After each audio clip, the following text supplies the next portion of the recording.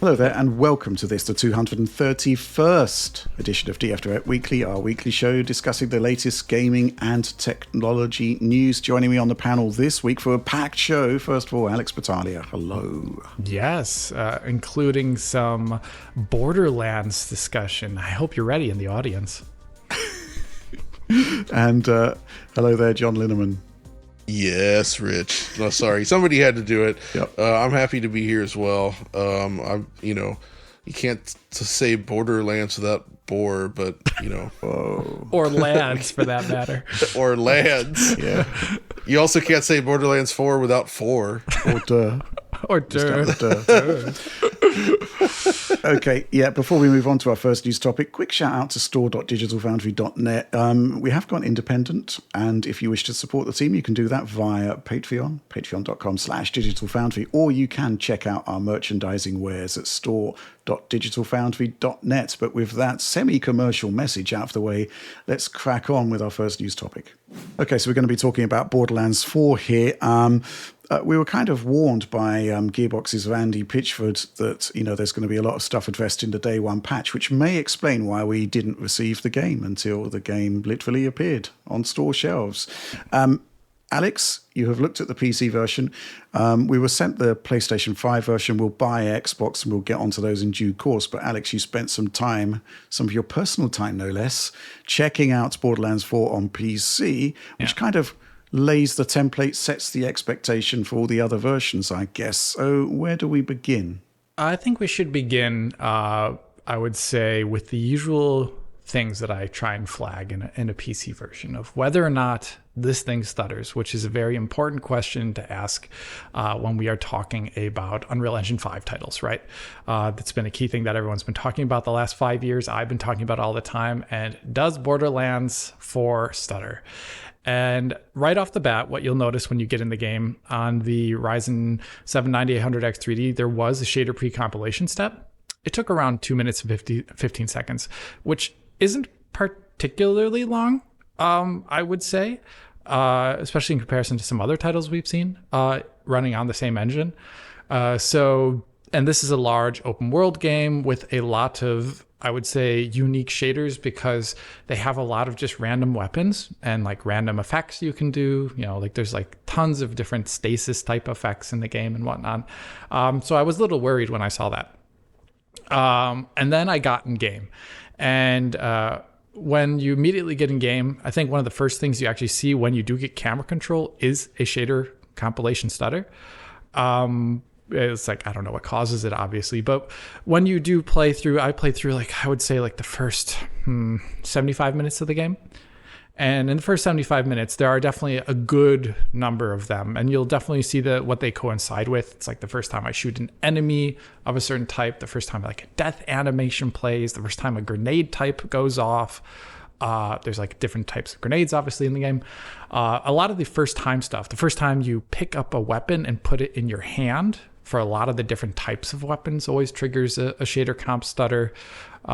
It's like when you walk through the world, see some new thing for the first time, those all trigger shader compilation stutters. This was a little bit surprising to me because one, they have even in the first area, this happens with the first enemies you see. And I would have thought they would have included that in the pre-compilation step. Also, it was a little surprising to me because there's the first visual one you can see right before you start the game with a dedicated UI, but there's also another shader comp burn right when you get to the main playable area of the game after the introductory sequence. There's, as the cutscene is playing, there's this cinematic with claptrap, and you can totally see that it is doing shader compilation burn in the background because the frame times get super wonky and the CPU goes up to 99%. And that is a very telltale sign of shader compilation also being done. So there's at least two that are dedicated.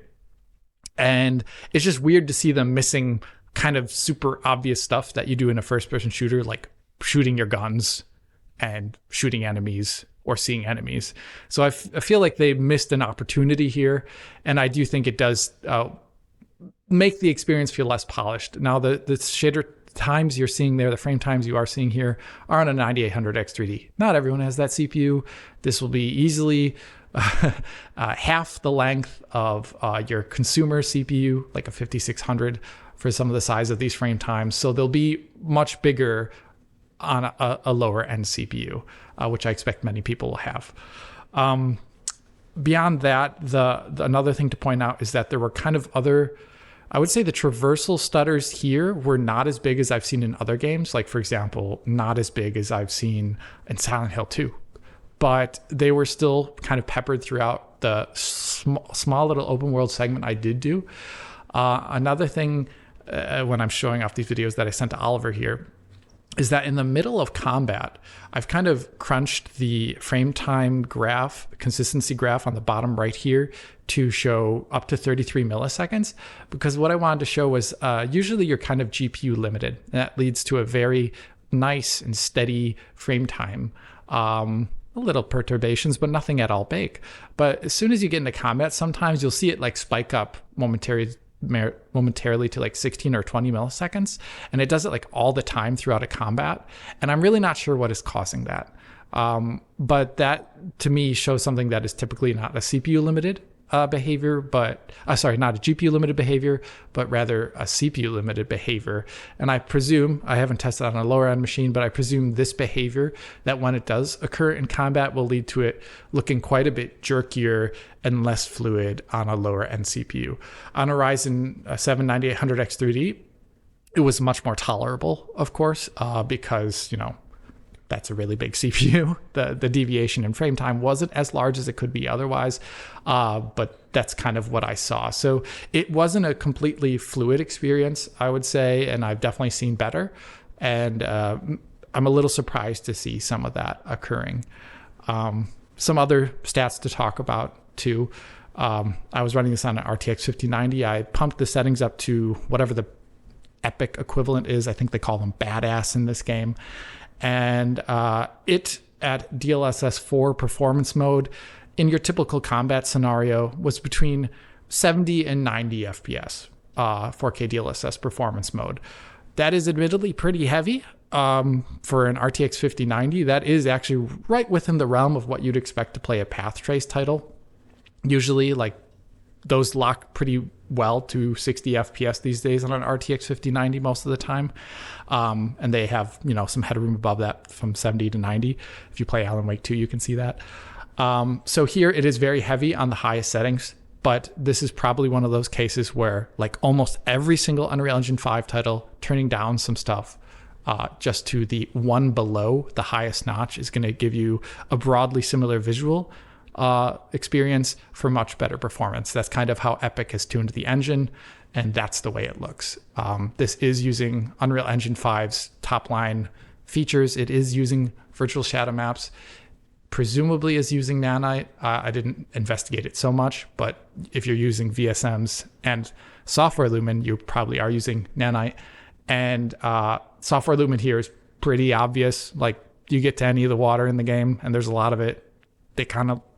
There's a lot of SSR in there, to say the least. And I guess one thing that I would point out is that thing that would maybe distract your eyes in the game a little bit is, yes, it is presumably using Nanite, but the vegetation in the game has this behavior where I would say after like 7 meters or so, it starts animating.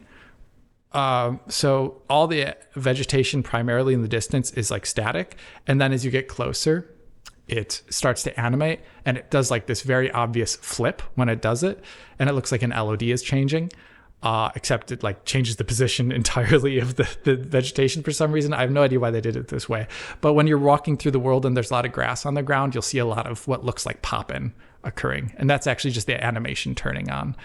So that's one thing I noticed when playing the game. So if you do see pop-in, it's probably not pop-in in the traditional sense, but just kind of like the vegetation turning on to animate. It was a little weird looking. Other than that, some things that I really ought to talk about are the fact that all the cutscenes that are real-time are limited to 30 FPS, and which is a bit bizarre because you go from like super fluid in comparison. Normal animation, like here, I was like in the 90s or 100 almost in one scene, then it just crashes to 30. And it seems a little out of place in a first-person game that has the surprise. Are the cutscenes first person? That's still the cutscenes are first person. There are some pre-rendered cutscenes as the game starts that introduce like the characters of the game, but all the cutscenes, yes, they were in first person so far. Okay. Yeah. yikes. Yeah. I think one thing that springs to mind for me, Alex, is looking at all of the stuttering issues that you've encountered.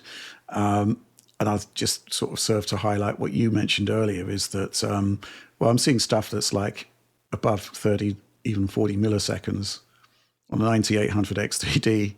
That's really not good. Yeah. And so you've identified that there's stutter on the fastest gaming CPU that money can buy. Right. And obviously, if we had time, we would have brought in a 3600 and you would have seen like double the... way more than double, probably. Maybe like 2.5 usually. So yeah, that's the thing to just mention that. Like, I think taming the beast here will be relative. I think you're just not going to get rid of some of that stuff other than playing the game for longer. Some of this is definitely shader comp. So playing the game longer, presumably, and staying in the same area. I think as you go into new biomes, which the game definitely will have, it'll start reintroducing this stuff again. Like the new enemies you see. The game has a vast array of enemies, like so many different types. And new gadgetry all the time. So I think it's going to be pervasive to a certain degree no matter what, which is a shame, especially like the traversal stuff. That is, like I said, smaller than in other titles, but I'm talking about this on a 9800 X3D, and I'm pretty sure not everyone has that CPU. So. Mm-hmm. Yeah. I mean, it's a far cry from what we actually saw at Gamescom in the NVIDIA booth, where it was just like a very small arena. Yes. That was presented as the demo, which basically meant... first of all, less potential stuttering issues, and secondly, by the time you'd have got to the workstation to play it, somebody else would have already played it and banked the stutters, banked the compilations. So yeah, it kind of looks pretty good there, but it was very limited compared to what we're seeing just from the opening area of the game here. Yes. So yeah, I mean, anything else to add, John? What do you think? I mean, Alex started this conversation with, does it stutter? And I think the answer is yes.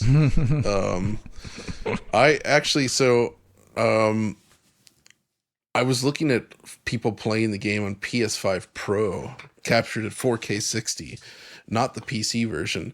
And what really caught my attention is that while the initial area seemed to run smoothly at 60, like once he's out in the open world and like fighting a lot of stuff, the frame rate just takes a giant dive. Mm-hmm. Like all the footage I'm seeing is like showing it in the 30s to 40s, which I can very easily eyeball and see that. Yeah. And it's like, so it seems like the performance gets a lot worse in this game as you go forward. I don't know if the consoles have modes though. Maybe they have modes. But doesn't surprise me though. Like just looking at the frame times when I'm walking around on the 9800 X3D, there's CPU limited stuff occurring even though I'm like around 70 or 80 FPS. And I presume if you had a Zen 2 level CPU like they have in the consoles, that this is an area that would definitely be below 60. I would love to test that Ryzen 5 3600, but I've only had the evening on the night before, the morning of this recording of this video, as Rich would say. And but that is a shame. We'll have to see what I'm presuming this is something Tom's looking at. We're going to have to see what he shows there. Yes.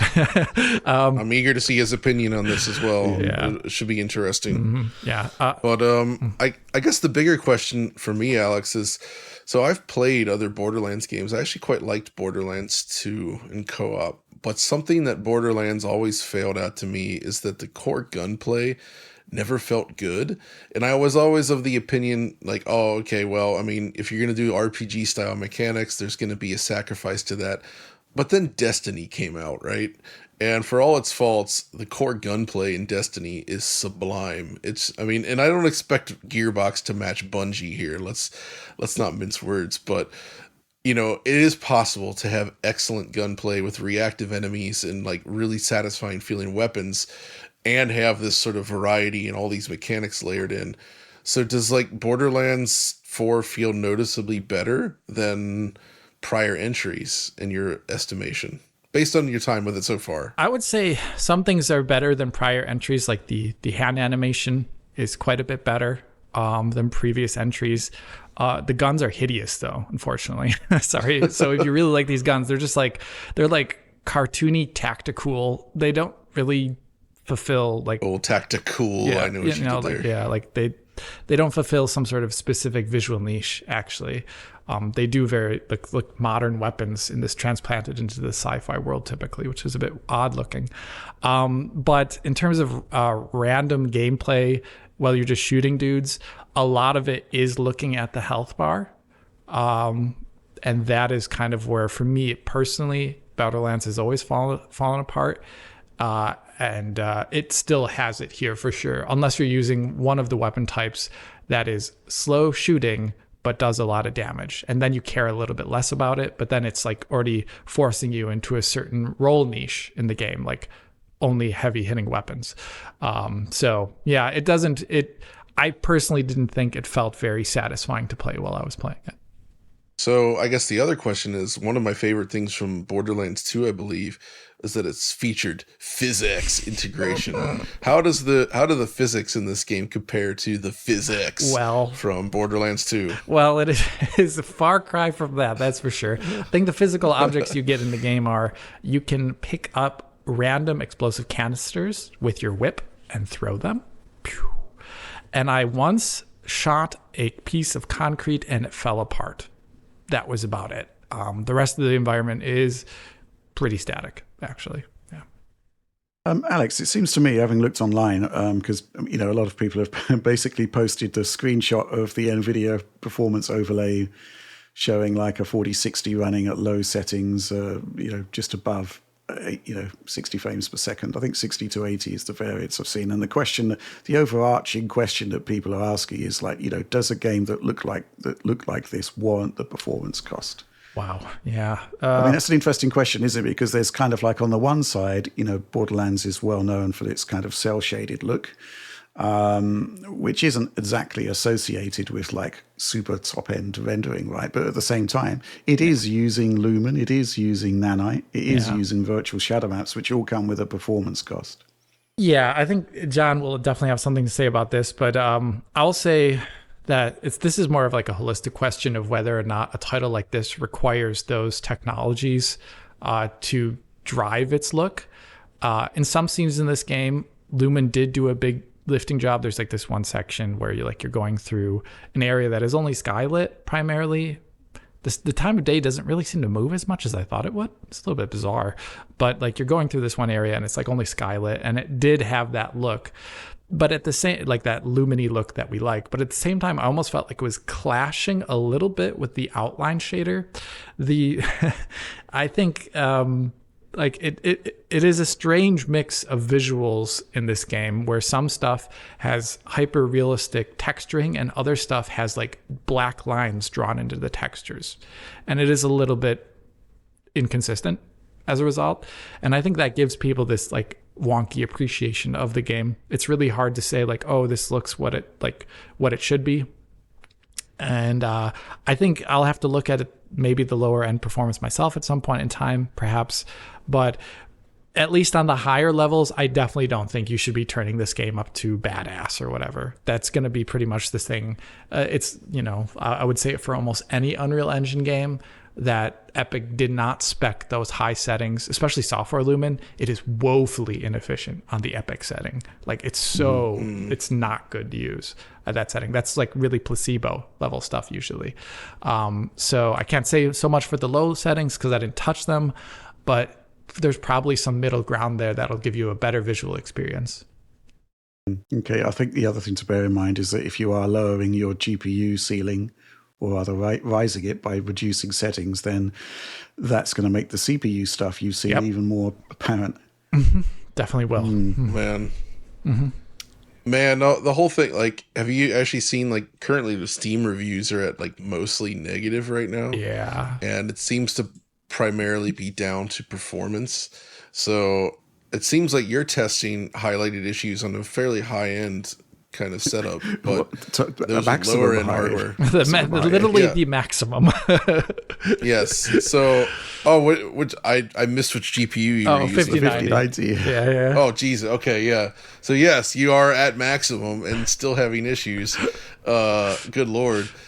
Because like it seems like people are having a lot of bad times right now with this, and I would say there was this thing about, does the visual quality warrant the performance? And I feel like it's an unfair question normally, in the sense that because of what it's doing under the hood, doesn't, the visual look is an artistic choice, right? Mm-hmm. We know technologies it's using, so it's clear why it might be more heavier than expected, because being sort of more of that cell shaded look doesn't mean it's not demanding, right?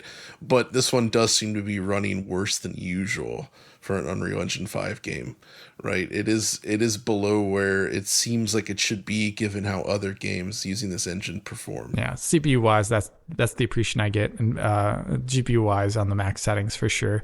One thing to just really put into perspective is that Software Lumen, particularly, and VSMs, when they are maxed out, they are possibly heavier than their ray traced equivalents using hardware acceleration, because they're running on generic CUs trying to get certain performance.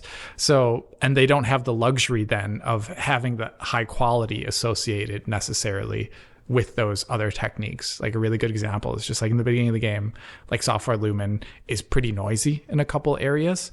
I wouldn't expect similar things for a hardware accelerated technique, but it's just kind of like comes with the territory of this game shipping with software only.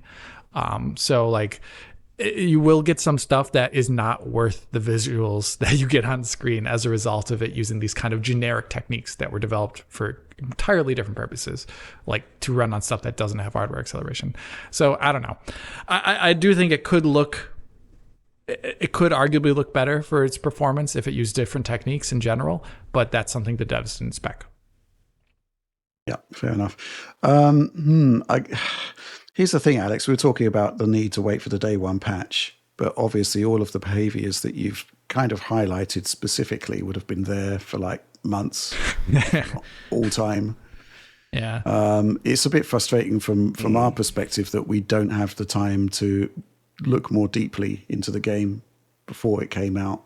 Yeah. Because part of our job is to highlight these issues, but also to potentially suggest solutions or mitigations that could actually improve the quality of the experience. And basically, by having just 75 minutes to look at the game, that's obviously we can find some stuff pretty quickly, but it's by far the definitive verdict, so to speak. And it's a bit frustrating, I think. Yeah, it frustrates me too. So from what I heard, that it is technically the version that we got at the end is better in terms of this stuttering.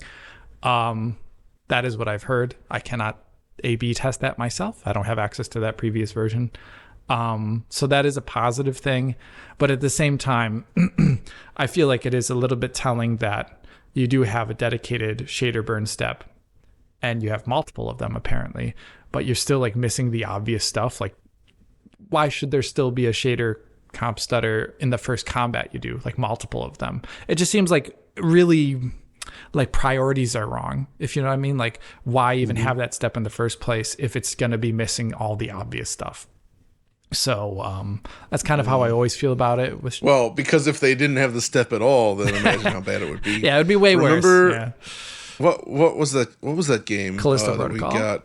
No. It was before that even, or maybe after. It was Sackboy? Like Immortals or something. Immortals of Avian. Was that Immortals of Avian, right? Where, and this was not, it didn't ship this way, but the initial build we got didn't have shader like pre-compilation at all, and the wow. Yeah, that when there's no pre-compilation, like it's really interesting to see for a game that complex. Like, good Lord. Yeah. I really think there has to be something done about shader compilation in Unreal still. This is presumably a later version of the engine, but it's obvious that the devs for some reason are still struggling to capture the ones that are actually relevant for gameplay. I don't know, like they could have easily made it a 10-minute long one and had this be a lot better, right? And I don't think anyone would be complaining, right? 10 minutes versus 2. I don't Randy care. might. I don't know. It's a good point. Okay. Well, we're kind of like in a bit of a spot here in terms of how we're going to approach this game, bearing in mind the time it takes to do the coverage and what could be a rapidly, diminishing interest level from the audience. So we're going to have to think carefully about this one. But there will be console coverage coming for sure, and I think we'll have to do a closer look at the PC version. But with that, let's move on to our next news topic. Okay, so we've got to talk about this. Nintendo just quote unquote dropped a 60-minute plus Nintendo Direct, ostensibly celebrating the 40th anniversary of Super Mario Brothers. Plenty to talk about here. Lots of games we kind of need to discuss. I guess we should start with the Mario stuff. John, where do we want to begin on this? Obviously, it's great to see that there's going to be Switch 2 upgrades for Super Mario Galaxy 1 and 2, right? Yeah, sure. But of course, the big new Mario game was the new Mario movie. Pause. No, yes, that was a thing. And of course, once they showed, the next movie is going to be Mario Galaxy, the movie, it makes sense then that they would go ahead and show Mario Galaxy 1 and 2. This is interesting because obviously they did that triple pack, right? Some time ago, where it was Super Mario 64, Sunshine, and Galaxy in a single pack, where they sold it for like a week and then it was over.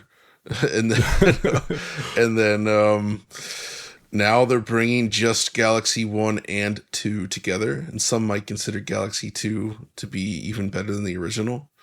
I go back and forth on that. They're both amazing games though, and I guess the disappointment for me is that this didn't lead to anything more. Like, I was kind of like, wait, are they going to do like a third Galaxy-like game?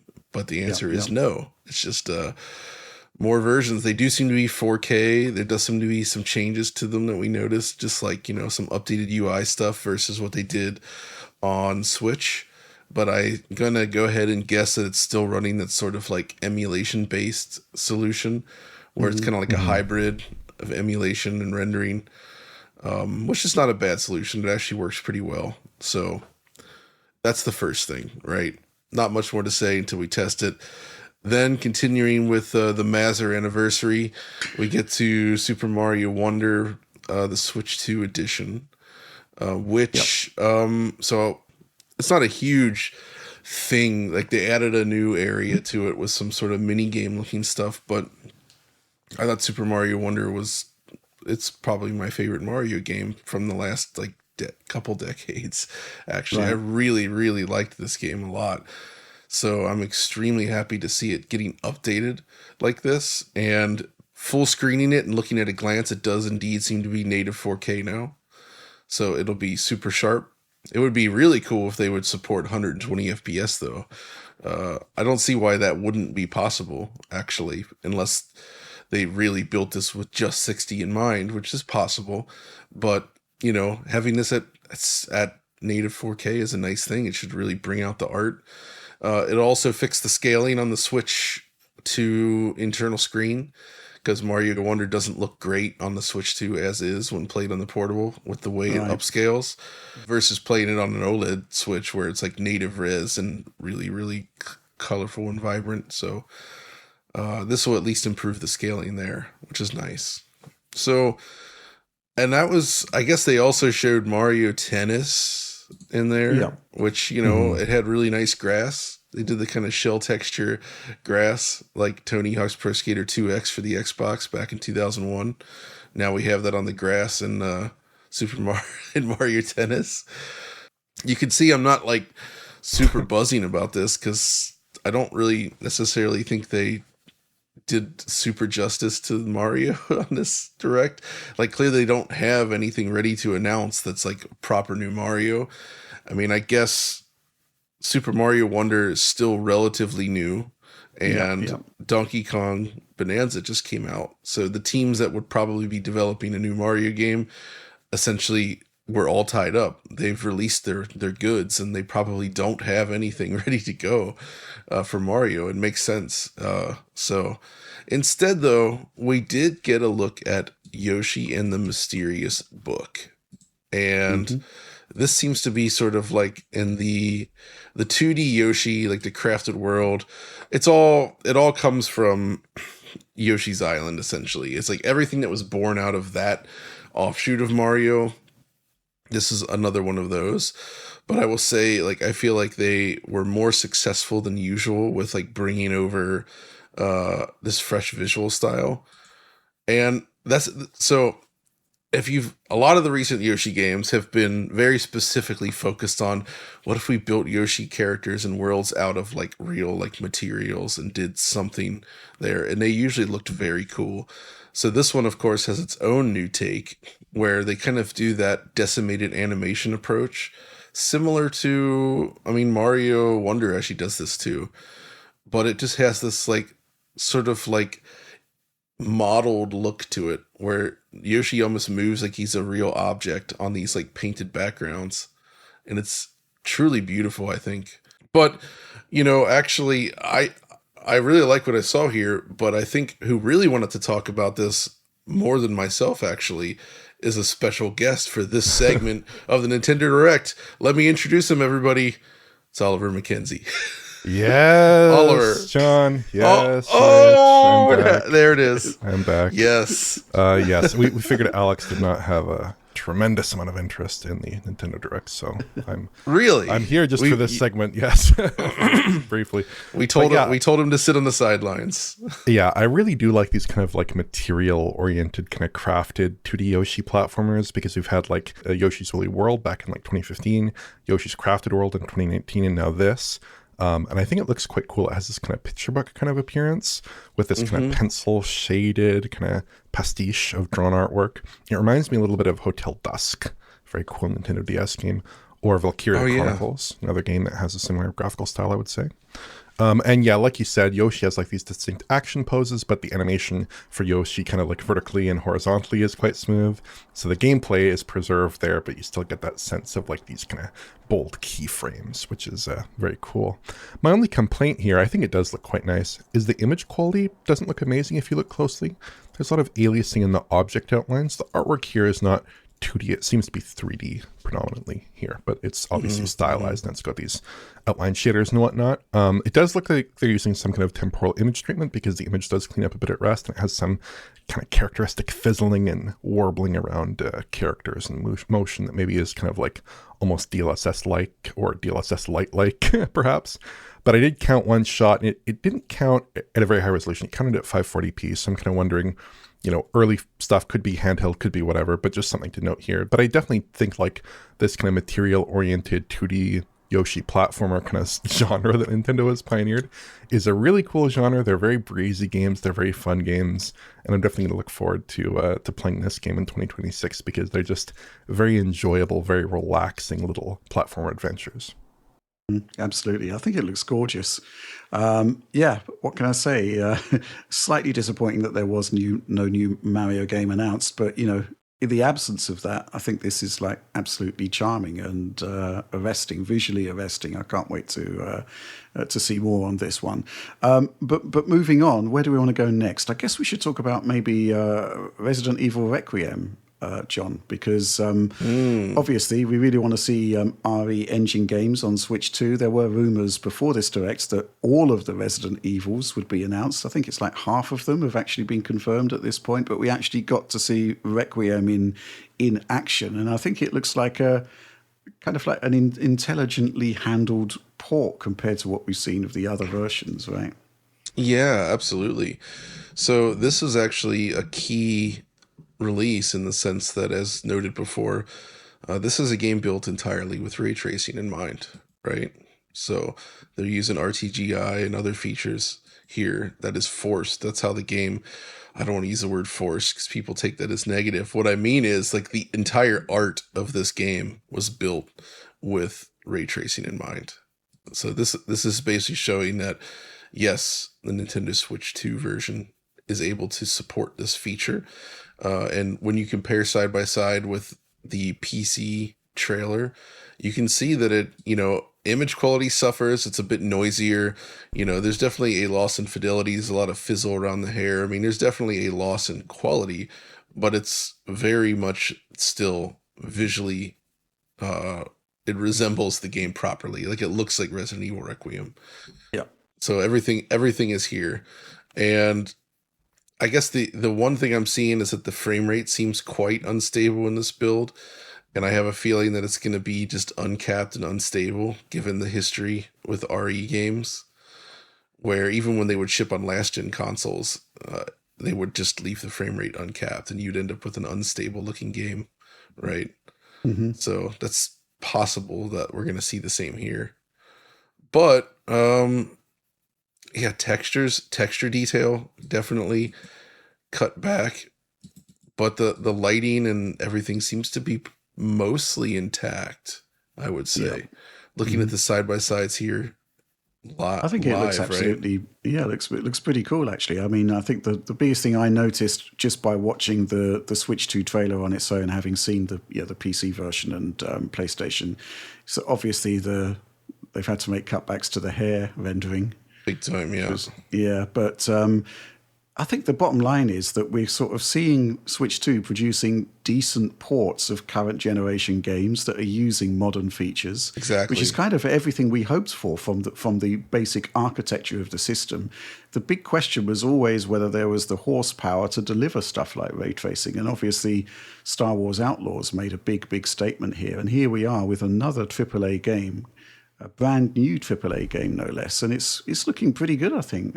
Curious about your thoughts on that, Oliver. Yeah, well, firstly, I wanted to say, like, I produced a little comparison here. But part of the problem with some of the footage that's been distributed by Capcom and Nintendo is that they've only uploaded 1080p YouTube videos, which is like a consistent bugbear of ours. Nintendo Australia actually did upload a 4K source of this footage with captions embedded. I don't know why other people aren't distributing 4K sources, because like even on YouTube, I understand that people might have a different expectation for image quality with a 4K source, but like the 1080p quality on YouTube is kind of miserable for a trailer like this. So it really does not flatter it too much. Yeah. In general, I noticed a few differences. The hair is lit less pleasingly, like it has a kind of more uniform lighting response. In some of these shots, it looks very hair card-y. We know that in Resident Evil Requiem on at least PS5 Pro and PC, they have this strand-based hair, but I'm not totally sure that's in place for Switch 2 because it does look very angular and very much like hair cards on Switch 2, at least in some of these shots. It looks very dithered and kind of messy here, and it's not being cleaned up totally by whatever anti-aliasing they got going on there. The shadow maps are lower res as well, which is something you might expect. But interestingly, I did kind of poke around for some ray tracing differences. And at 42 seconds, the reflections on Switch 2 in that kind of shot in front of the diner with the cars, they're all in screen space, because when the car occludes, when the car in front occludes that car, all the reflections disappear. All of a sudden, you get those holes in the reflection. Whereas on PC with presumably path tracing or high-end ray tracing, you are getting those reflections even when the car occludes it. And at 2 minutes flat, the hallway has a less obvious specular response. So maybe they're cutting RT reflections out of the picture. Again, that's what I'm thinking as well. I noticed that there was also the red hallway just before that. Yeah, where it shows the jail cell door reflected on the floor on PC, and there's no visible reflection on the Switch side. Then there are some lighting differences, like at 1 minute 48 seconds, where maybe we're seeing some differences between like the path tracing and maybe RTGI or whatever solution they have going on Switch 2. But I would expect in these sequences in particular, in these like tightly directed cutscene sequences with like hand placed lights and whatnot, the differences would be less obvious than during gameplay, where I think you see a bit more of a difference between, like, let's say the PC version of path tracing and the PS5 Pro version. We've already seen that difference, right? And so here maybe we'd actually see a little bit more of that difference. But I think in these cinematic sequences, you know, the lighting looks reasonably consistent. And like John said, there are like some lower res textures throughout and all the kinds of concessions you'd expect to see on Switch 2. But overall, it does look pretty consistent, pretty similar, but just like lower fidelity. The fidelity is scaled down, but not in a categorical way, in a kind of quantitative way, I would say. Yeah, didn't Alex do a pixel count? I think 600. I'm just doing one now, and I just got a 9 out of 30 sample, which was like 648. So it's in the 600 range either way, depending on which ruler size you use. So yeah, upscale to 1080p, I think you'd be absolutely fine with that. Yeah, I think it's probably okay, actually. especially, in a game where there's it's not really defined by super fast action that's going to cause temporal discontinuities with upscaling. I think it's going to look absolutely fine. But yeah, I'm just really happy to see it. Actually, really happy to see that it's looking pretty good. It's kind of what we want to see from Switch 2 at this point. Yeah, absolutely. And I'm maintaining then, and we'll see, maybe I'm totally wrong here, but there's been those rumors that it's also coming to PlayStation 4, and I just don't believe it based on this, right? Right. Like, sacrifice RT reflections, very easy to pull out and replace with SSR. But if your entire game is lit with RTGI like this, you need a fallback. And creating that fallback is time and resource intensive. And I don't understand why they would basically use all that development resources to create a fallback for specifically one version and be in an old console, right? That seems, I mean, maybe they really are desperate for sales and they'll do it anyway, but they can't. We see here the Switch 2 version can support the ray trace lighting. PS4 cannot. Yeah. That would be interesting because it's not as if they don't shift a lot of units of Resident Evil games. There's no real material need at this point to sort of claw around for every single version to maximize revenue, and I don't think there would be a decent return on investment for exactly the reasons you state, John. Yeah.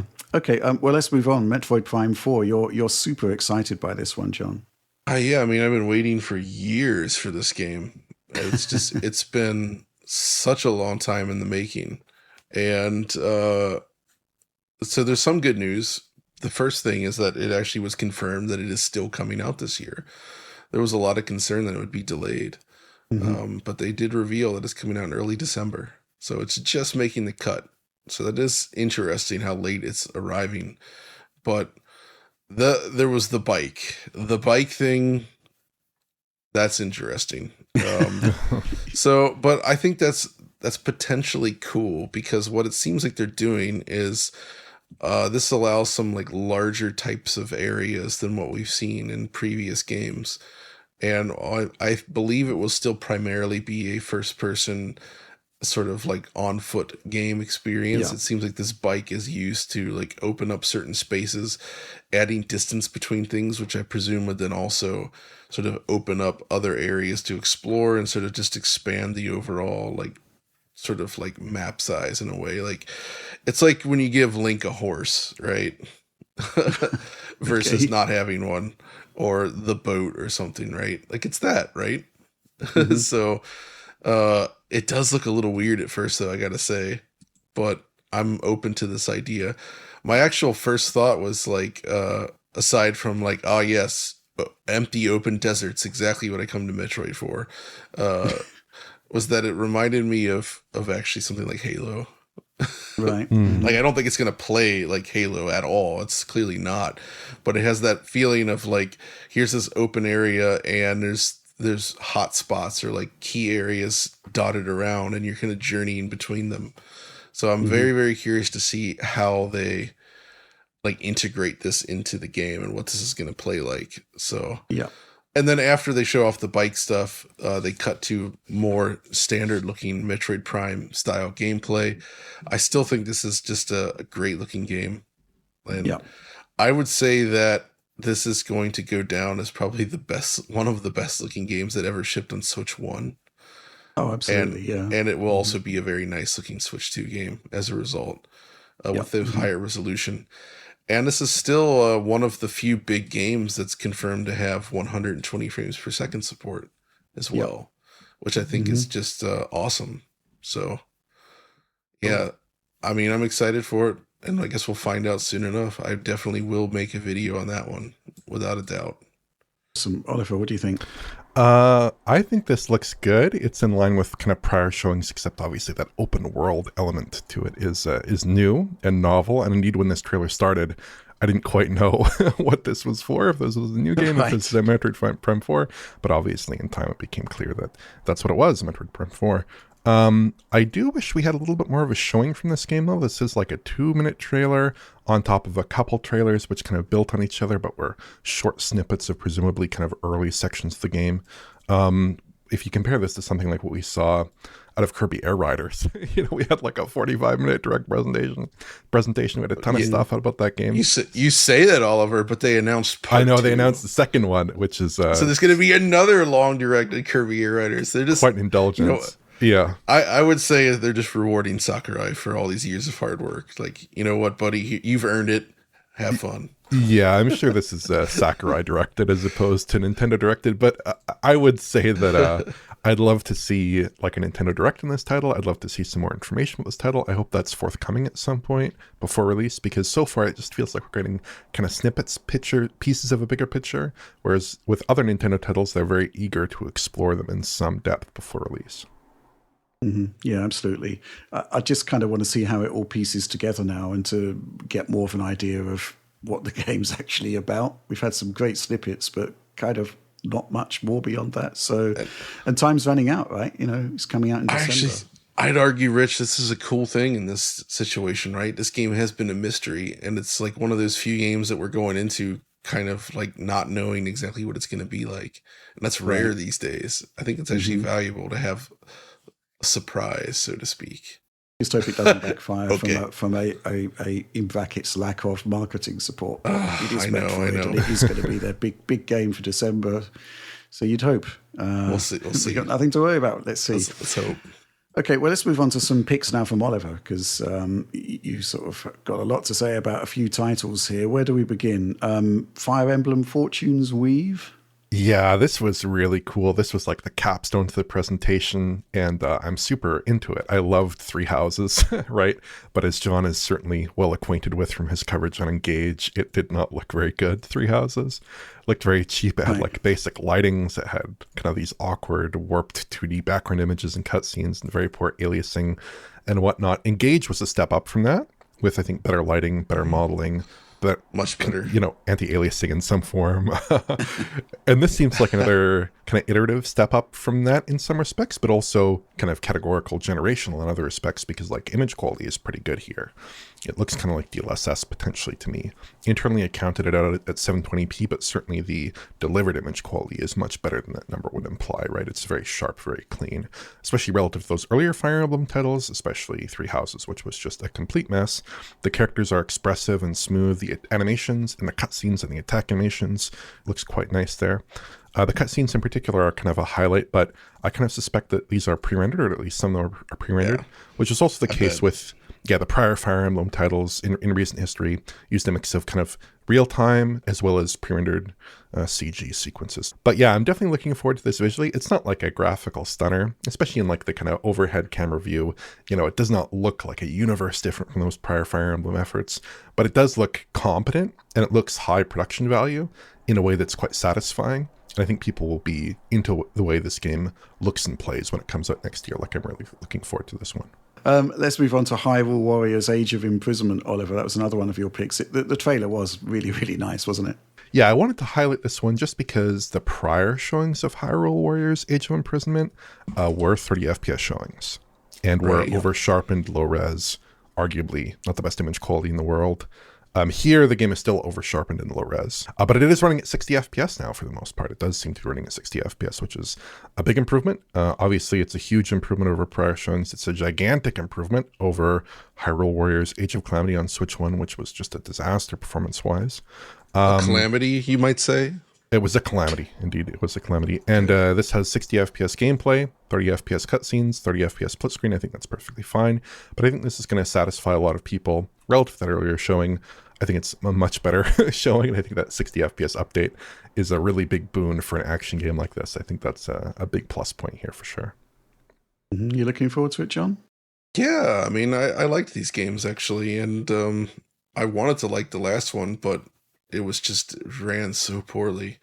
It was often below 30, which, considering that the Muso series has its roots on PS2 running at 60 FPS, I've always so this actually visually looks awesome.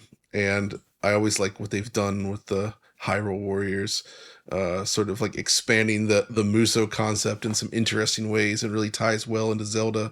So yeah, I'm really excited to see it now, especially now that it's 60 FPS. Okay, let's move on to another game which actually had a demo release, Persona 3 Reload. Obviously, this is well into your... obviously, this is something that you're excessively interested in, right, Oliver? But you've got some issues with the demo. Arguably excessively interested. I was just curious to check out this one just to satisfy my own interests here. Because visually, on some level, like prior showings, it looks fine. The kind of real visual differentiator here from current gen console releases is that it's not using the ray trace reflections, it's using the SSRs, so you can see in these shots, I'm going through the classroom, going through the mirrors, all these places. It's just SSR on those surfaces, no ray trace reflections. Resolution is 1080p portable and 1080p docked, from what I can tell, so the same in both modes, which is kind of bizarre. But Atlas also did that with Tokyo Mirage Sessions on Switch 1 and a couple other games, I believe, as well. So that's not too uncommon. Sometimes developers do reach the same kind of visual target in portable mode and docked mode. A little odd for a high-profile game like this, but it's possible, certainly. Without effective AA, though, so it kind of looks a little bit raw, a little bit rough in certain areas here. But the performance is really what I took issue with in earlier showings, and that's also the case here. It runs at 30 FPS, but with pretty miserable frame pacing, quite poor frame pacing. Worse than I think the 30 FPS frame pacing on maybe the other home console versions, from what I recall. It's really unpleasant. In handheld mode, it's, you'd hope to get LFC 120 hertz for that to save it, or some other combination of technologies to hopefully salvage this, but it's possibly even worse. It feels super uneven in handheld mode. It's just not a very good experience at all. And the game also has kind of bad input lag, I would say. Bad input lag on camera movement. It feels a little bit weird, feels a little bit off here, as you can see in this footage. So I'm not too happy with the state of the game at the moment on Switch 2. And I'd really recommend, like the other current gen console builds on home consoles and the PC version, if this is going to be representative of the final game. Now, I know this is a demo where your progress carries over into that main game. So presumably they're kind of in the real late stages of development on this one. But yeah, hopefully they can fix it, but I kind of doubt at this point that it will be resolved. This kind of stuff is nuts to me, because they've put all this development work in. They have the game running at 30 FPS, seemingly stable, but they're just dropping the ball on these very minute things. And I both the input lag and the frame pacing issue can directly be tied to how they're sort of like handling VSync or whatever, or how they're up, capping the frame rate. Depending on the approach you take, you can end up with both of these problems, as we know. And I'm just, it's a bummer that they would put all that work in and then to end up here at the finish line when another week's worth or even less, like this could be fixed. Right. There's absolutely, I don't believe that there's a reason for it to be this way. I think they could absolutely fix it. Well, let's move on. John, Dragon Quest VII Remake. This caught your eye. Oh, man. Dragon Quest VII is an interesting one because it's called Reimagined. The original PlayStation game was notoriously rough. Came out very late in the life cycle. It's insanely long. I've never been able to finish it. It just goes and goes and goes. I didn't love it, but conceptually speaking, it was always interesting. There was like a remake attempt on 3DS as well already, but this one seems to be going a lot further. And like, this isn't like the already beautiful Dragon Quest 3 or 1 and 2 re-releases, which go for that more HD 2D style, but with its own flavor. It uses pixel art sprites and everything for characters. This one's actually like proper full polygons of fully rendered characters that look really good, all in the classic Toriyama style, but like rendered out in 3D in a way that looks really appealing visually. I'm pretty impressed with what they've shown here so far. And it seems like they might be doing something that's a bit more like streamlined than like the whole giant bloated original, and like making something that's maybe tells that story in a more concise way. Right. So I'm very hopeful that this will actually be like genuinely like a truly great way to experience this story, and probably a much better game all around. So it's really awesome that they're doing this. It's weird though, like how they went 3, then they're like, all right, now 1 and 2, and now they're going to 7, and I'm like, what's happening next?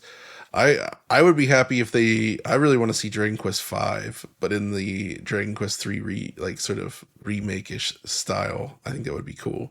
Maybe they'll do 4, 5, and 6 that way. it's really not clear where they're going here, but either way, it's cool to see. So, and it's another thing announced though before actual Dragon Quest 12, which Right. 11 came out a very long time ago now. They've obviously been working on the next installment for a while. Very curious to see where they go with it, what they do with it. If I had to give my wish list, I would hope that they would actually take this moment with, obviously their composer is no longer with us, and for, ignoring anything about that stuff specifically, I wasn't a fan of the music that was used in some of the later games. Dragon Quest 11 especially, it's a great game, but the music is not good. I would like them to take a different approach for 12, so we'll see. Any notes on this one, Oliver?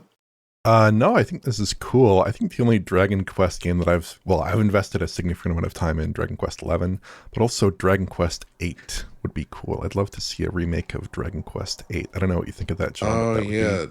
The PS2 game. Yeah. I think that was a level 5 joint. It's like a co-developed level 5 game. Oh. Yeah, there was a 3DS version of that, but it was more just like a conversion of the PS2 game, right? Yeah. Yeah, that would be awesome. DQ8 is also really, really good. Okay, well, let's move on to our final discussion point from the Direct. And it ties into something that happened recently for you, John, where you acquired for your Retro collection an actual Virtual Boy. And here we are in this brand new Nintendo Direct with effectively Nintendo bringing a variation of the hardware back for Switch and Switch 2. So it's a really interesting thing here where they've essentially, rebuilt the original shell casing, and then you just plug in your Switch or your Switch 2, and you can actually play not all of them, I guess, but a selection a big chunk of those a big chunk of those original Virtual Boy games. And I guess you're here for that.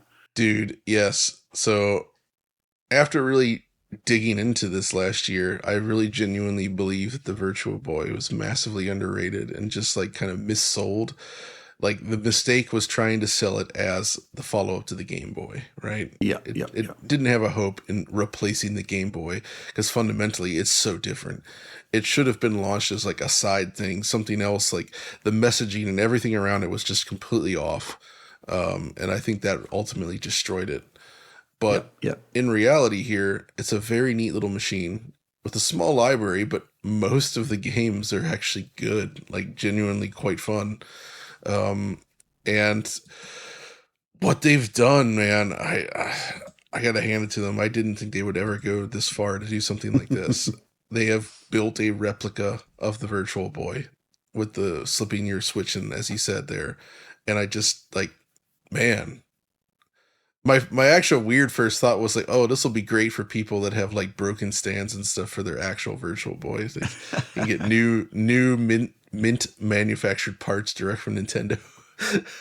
But seriously though, like I think this is a really clever idea, and of course, due to the way the Virtual Boy functions with the 2 lens system, you just put a switch in there, you split the screen down the middle, and you show the images on the left and right side, and you're golden, right? And you can actually get the stereo 3D. But here's the thing. I think it's going to look a lot worse than the real Virtual Boy. And this is something that you can't really understand unless you've played the Virtual Boy.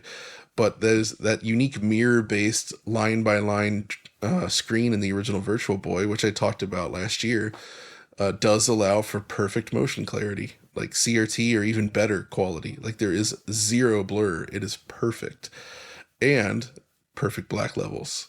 It's super dark. So like when you're peering into this thing, it's like you're looking at a laser light show deep inside this black hole. There was always complaints about headaches though. And I thought about this, and somebody made a comment yesterday that made me think that what might have been the problem is that people didn't understand the IPD, the interpupillary distance slider, which is on the top there, right? If you don't adjust that, depending on how the lenses are placed, that actually does create significant strain on your eyes. So if you just walked up to a Virtual Boy, didn't adjust that, and tried to play it, I think bad IPD setting as we know from VR headsets, would indeed cause headaches. So I'm wondering if a lot of the headaches are actually the result of people not adjusting that and then trying to play on the system. Because I also found if you don't adjust it properly, it is not pleasant to look at. But once you just dial it in for your eye spacing, it's very comfortable to play, I thought. But the screen thing, also the screen updates at 50 hertz. So technically, in portable mode, both Switch systems should technically be able to do this, right? Yeah. There's a 3DS emulator out there that can do 50 hertz. That's non-official, by the way. It should be able to do it. Whether they'll allow it, I don't know. But because they run at 50 hertz, if you just run them directly in a 60 hertz container, you're going to get a lot of judder. So I hope they solve that as well. But yeah, I mean, the main thing is you're not going to get the motion clarity on either. Even if you use a Switch OLED in here, you will get the better black levels, but you won't get the motion clarity of Virtual Boy on either. And yeah, if you're using the Switch 2 in here, then good Lord, you're going to be stuck with very glowy backlight in addition to horrible motion. So it's going to look noticeably worse than a real Virtual Boy, which I think is funny to talk about. But fundamentally it makes sense just knowing how the tech works in its original form. But you know what? Who cares? In the end, I think it's neat that this exists, and I hope people can dive in. What's not clear to me from this, and maybe you guys could share if you know better, if it's possible to play these games in just 2D. Right. Do you know that? I think it says that it requires the accessory, but perhaps it's possible to play in 2D. I think they indicated that it would be just for people who own the accessories, though. Do you want them to actually be able to run in 2D? Seems to be sort of defeating the purpose of the... No, not at all. I mean, the games themselves are great. And the thing, Rich, that I think makes this system special is, like, you think about Nintendo 64, right? Nintendo went on and they immediately jumped to polygons. They went 16-bit and then a full 3D. What the Virtual Boy is it's a much more capable 2D system than the Super NES was in terms of what it could push around, even though it's just like black, red and black. But this is basically a peek at, like, what if Nintendo was making like 32-bit Sega Saturn quality, like, sprite work in their games, which is something we didn't get on N64. This is kind of what you see here in a few of those games. And it's pretty cool to see that in action, because it's like a Nintendo future that ultimately didn't exist. Yeah, I mean, I'm just happy to see this in general for, well, let's, I was there when the original arrived in the office of the official Nintendo magazine back in the day in the UK. And it was kind of like nobody could understand why Nintendo had done this.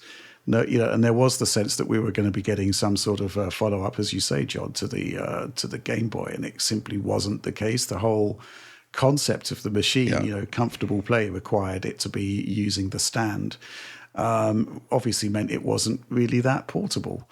And and then there was the kind of like the sense that Nintendo itself dropped it like a hot potato. And, were displeased with the performance of the sales performance of the system, and kind of like wanted to brush over it and move on to the whatever they had to do next.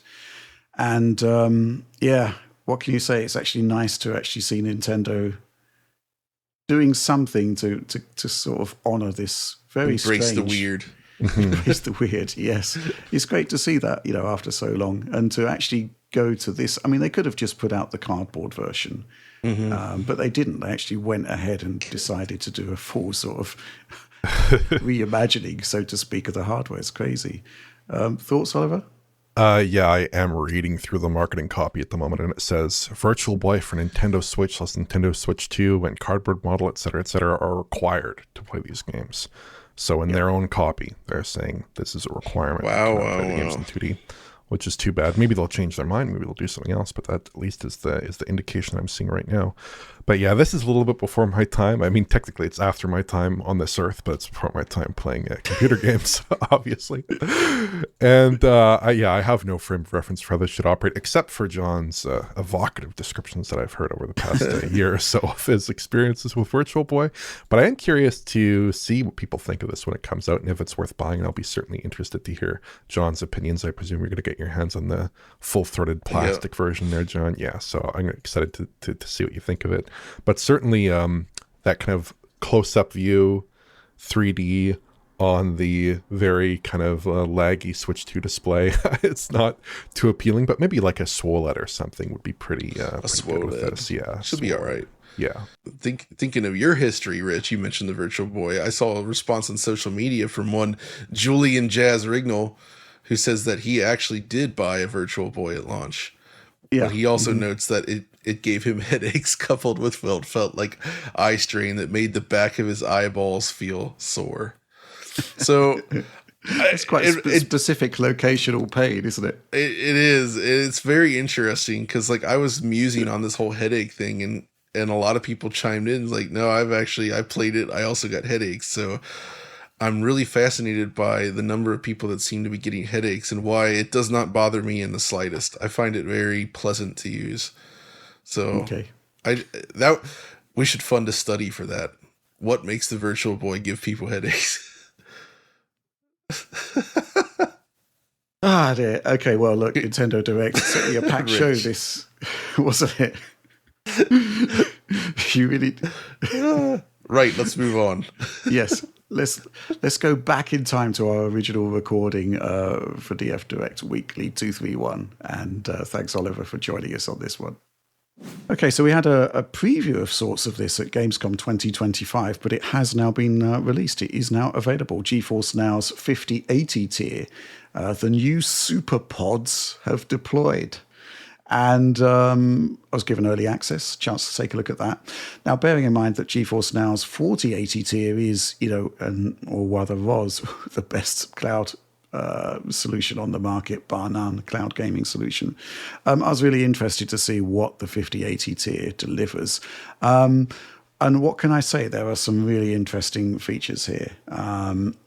The preview that I had only had the 5080 servers working on certain games. I'm not sure if that persists into the actual user side launch, quite possibly. But there's a couple of features I do want to talk about, which I think are really important. One thing to get out of the way, first of all, this install to play feature, I'm just going to read what NVIDIA says about it, allows direct cloud installation of games, expanding the library to nearly 4,500 titles without relying solely on pre-curated support using high-performance NVIDIA NVMesh storage. But I think ultimately, one of the defining factors of cloud systems is the limited array of games you can actually play. This does appear to be an attempt to mitigate that.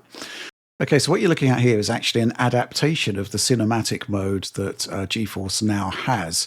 Cinematic mode is really, really cool. Basically, it ramps up bandwidth to 100 megabits per second max, more like sort of 95 max, really. 4K resolution can go to 5K. The preset actually starts at 60 frames per second. But the key thing here really is that you're getting full chroma resolution. In fact, the cinematic mode here has 10-bit YUV 444. But what I'm doing here with Avatar is actually using a custom version of that. So it's the same bandwidth, right, up to sort of 95 megabits per second. Same resolution, 4K, but I'm actually selecting 4K 120 hertz streaming here. So that 100 megabits per second actually has to basically deliver twice the amount of frames as the standard cinematic mode. But the point is, I think this is still the best way to play. You're still getting that full chroma image quality there, which is, as close to standard desktop PC as you're going to get. It's really, really cool. It's really, really impressive. So yeah, overall, this is super, super impressive. And the reason I chose Avatar Frontiers of Pandora, well, one thing you'll notice there is that on the stats to the right there, I'm actually using the 4080 tier version of GeForce Now. At the moment, 5080 is reserved for certain games only. Avatar isn't included, but I can still access those cinematic modes and the custom modes that gives me 444 120 hertz. So that's really, really cool. But the reason I chose Avatar specifically is that very high settings here. It's just super, super dense in detail. Like it's one of the most incredibly tough games to compress. And we know this from when we capture the game ourselves using our own video compressors. It really taxes the CPU hard when we're doing that. But here, GPU encoding seems to work pretty great, and even at 120 hertz, it looks great. So, yeah, very, very, very impressive, I've got to say. There's other features in there as well, obviously, which we'll see in due course. Something I couldn't test actually does 5K streaming at 120 frames per second, 1080. Useful for me. Well, you should give it a go then, John. And 1080p can go up to 360 frames per second, which again would be quite interesting for latency testing, although I wouldn't really want to be gaming at 1080p at this point. So, yeah, there's a lot going on here. I think it's really, really impressive. I think the other thing, which is one of the sort of cloud promises that everybody makes but nobody really delivers. It's like, oh, okay, the servers are in the cloud. We can upgrade them, so you're always getting the latest technology. And pretty much every service that has ever promised this in the past has failed to deliver, starting with OnLive back in the day. But, credit to NVIDIA, you are getting a steady stream of updates. You are getting Blackwell architecture with Blackwell features. I looked at some benchmarks that have been out there. I haven't had time to benchmark it, but it also looks as though the performance level of the 5080 cloud is matching the actual desktop, which wasn't always the case for the 4080. So that's really cool as well, because that would represent a properly impressive performance leap over 4080 in a way the desktop part wasn't. Mm-hmm. So there's a lot going on here, and the price remains the same at $20 a month. Something else which I think we should bear out is that the CPU side of things has also had an upgrade. I think, I'll have to check this, but I think you're getting Zen 5 EPIC CPU cores.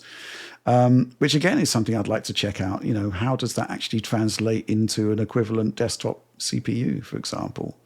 But it's all looking really, really cool. And I think at $20 a month, I think there's possible discounts if you're going for like 6 months or higher. I don't know. I need to check that. It does seem to be the case from the past, though.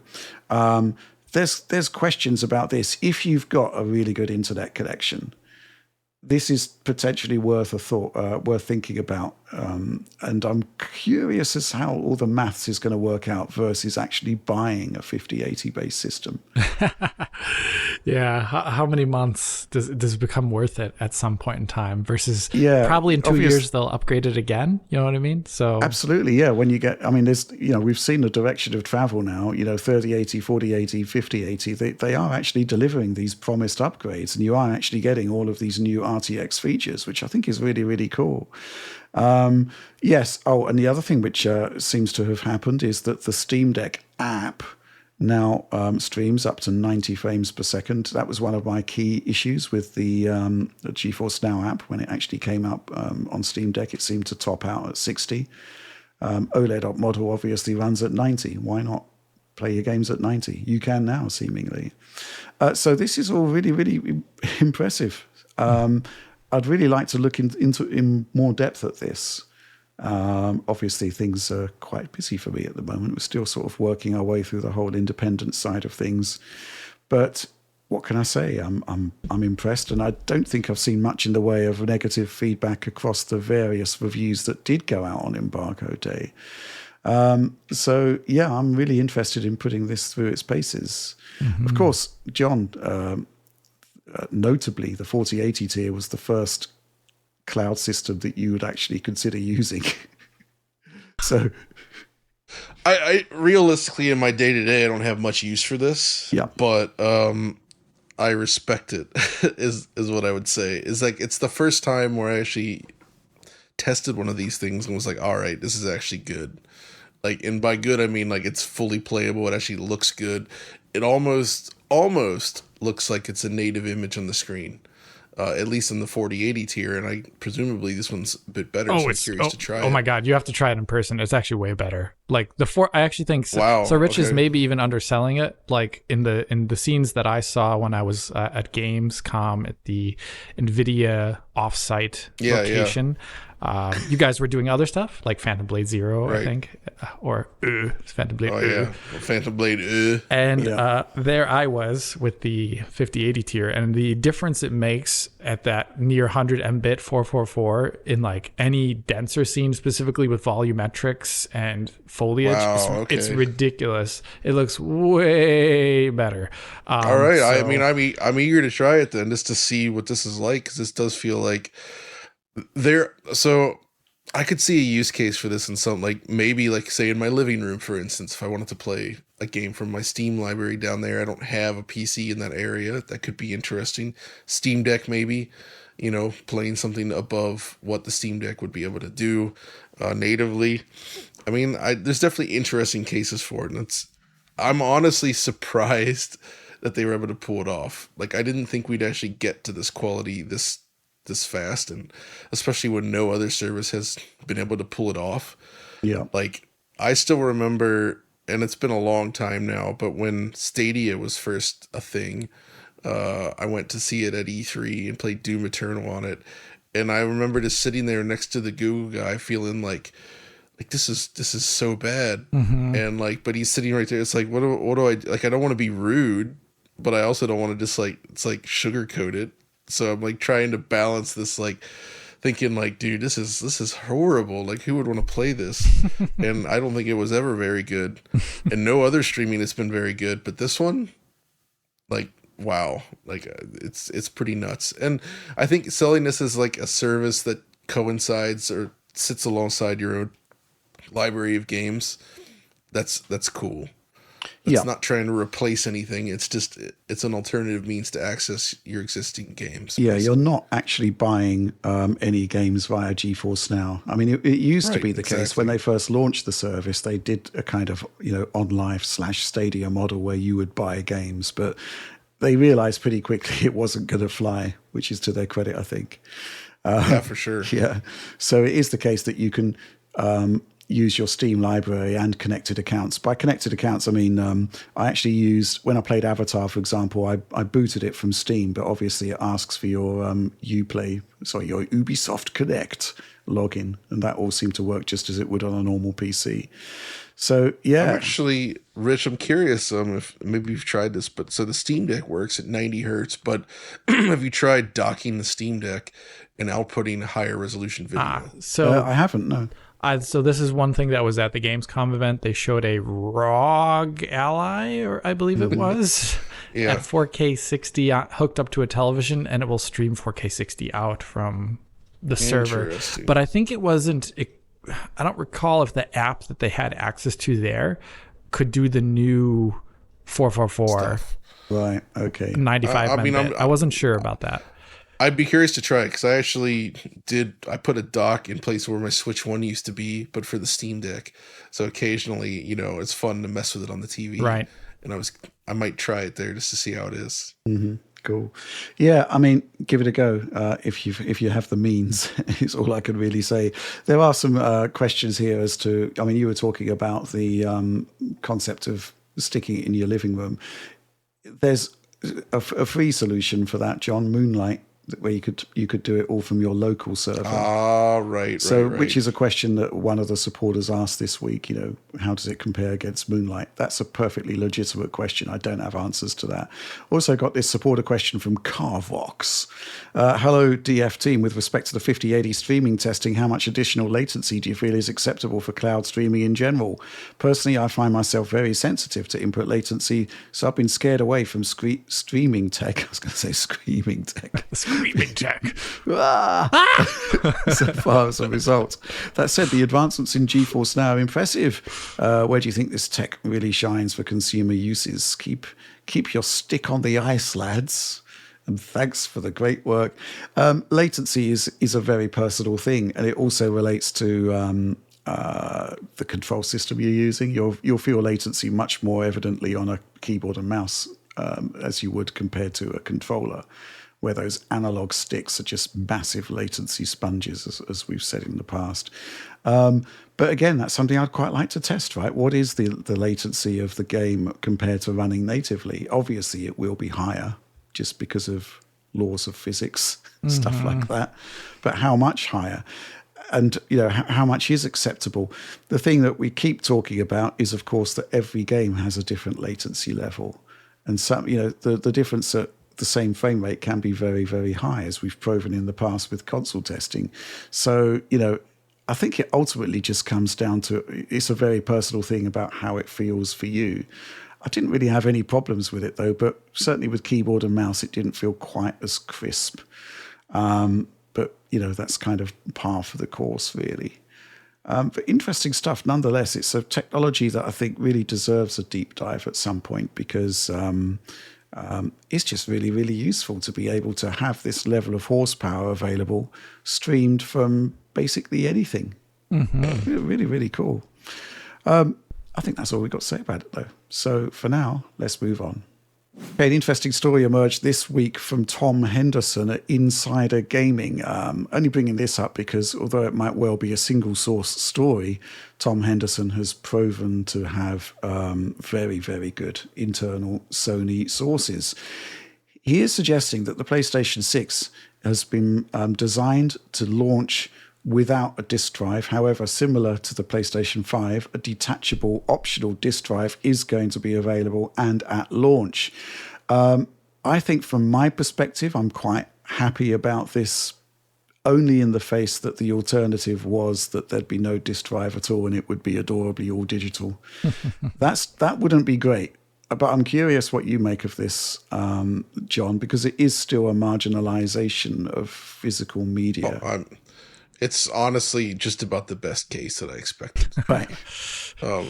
I was kind of thinking they might just ditch it entirely, but at the same time, that would just be giving up, retail as an outlet for an online shop. Like that would be giving up a fair amount, and then that would leave Nintendo alone in that space.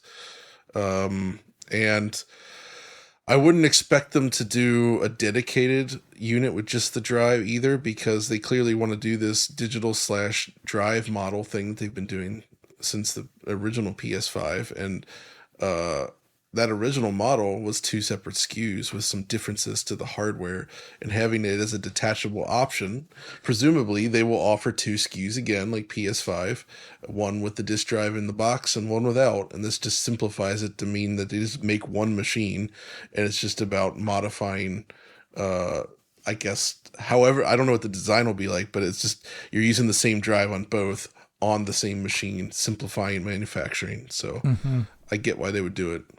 Okay. Yeah, I thought there might be some issues about not actually producing two SKUs, a disk drive model and an all-digital model similar to the PlayStation 5 Professional. But it does look as though Tom Henderson is saying that there's still going to be those 2 SKUs available, which I find to be quite relieving because it's also good for like compatibility. Presumably it'll run PS4, PS5 software again. Yep. I mean, this is something that Xbox kind of has to contend with now, even though, I mean, they're shifting to PC, but that also means that they're going to have to leave behind their traditional backwards compatibility thing, right? Yeah. So like, even if they add support for like 360 and original Xbox to the PC for these new machines, like I can't imagine you'd be able to just insert your old disc-based games in there. No. Which is how I've accessed BC in the past. And in fact, there's a lot of games that only work from disc. There aren't digital options for them. Like if you want to play Ridge Racer 6 on Xbox Series X, you need the disc. You can't buy it digitally, stuff like that.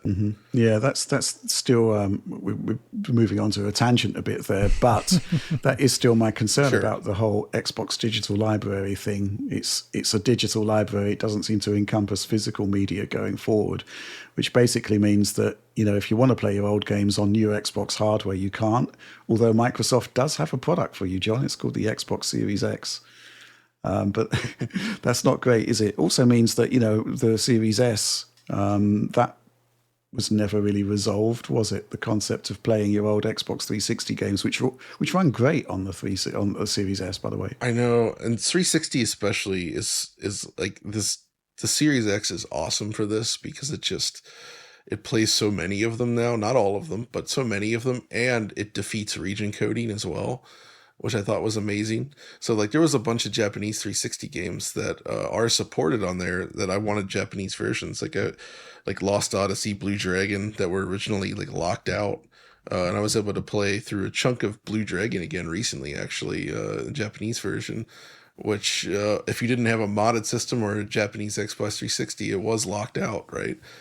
So, it's convenient to be able to load these up on your Series X and they just work. And not only that, they work and fix problems.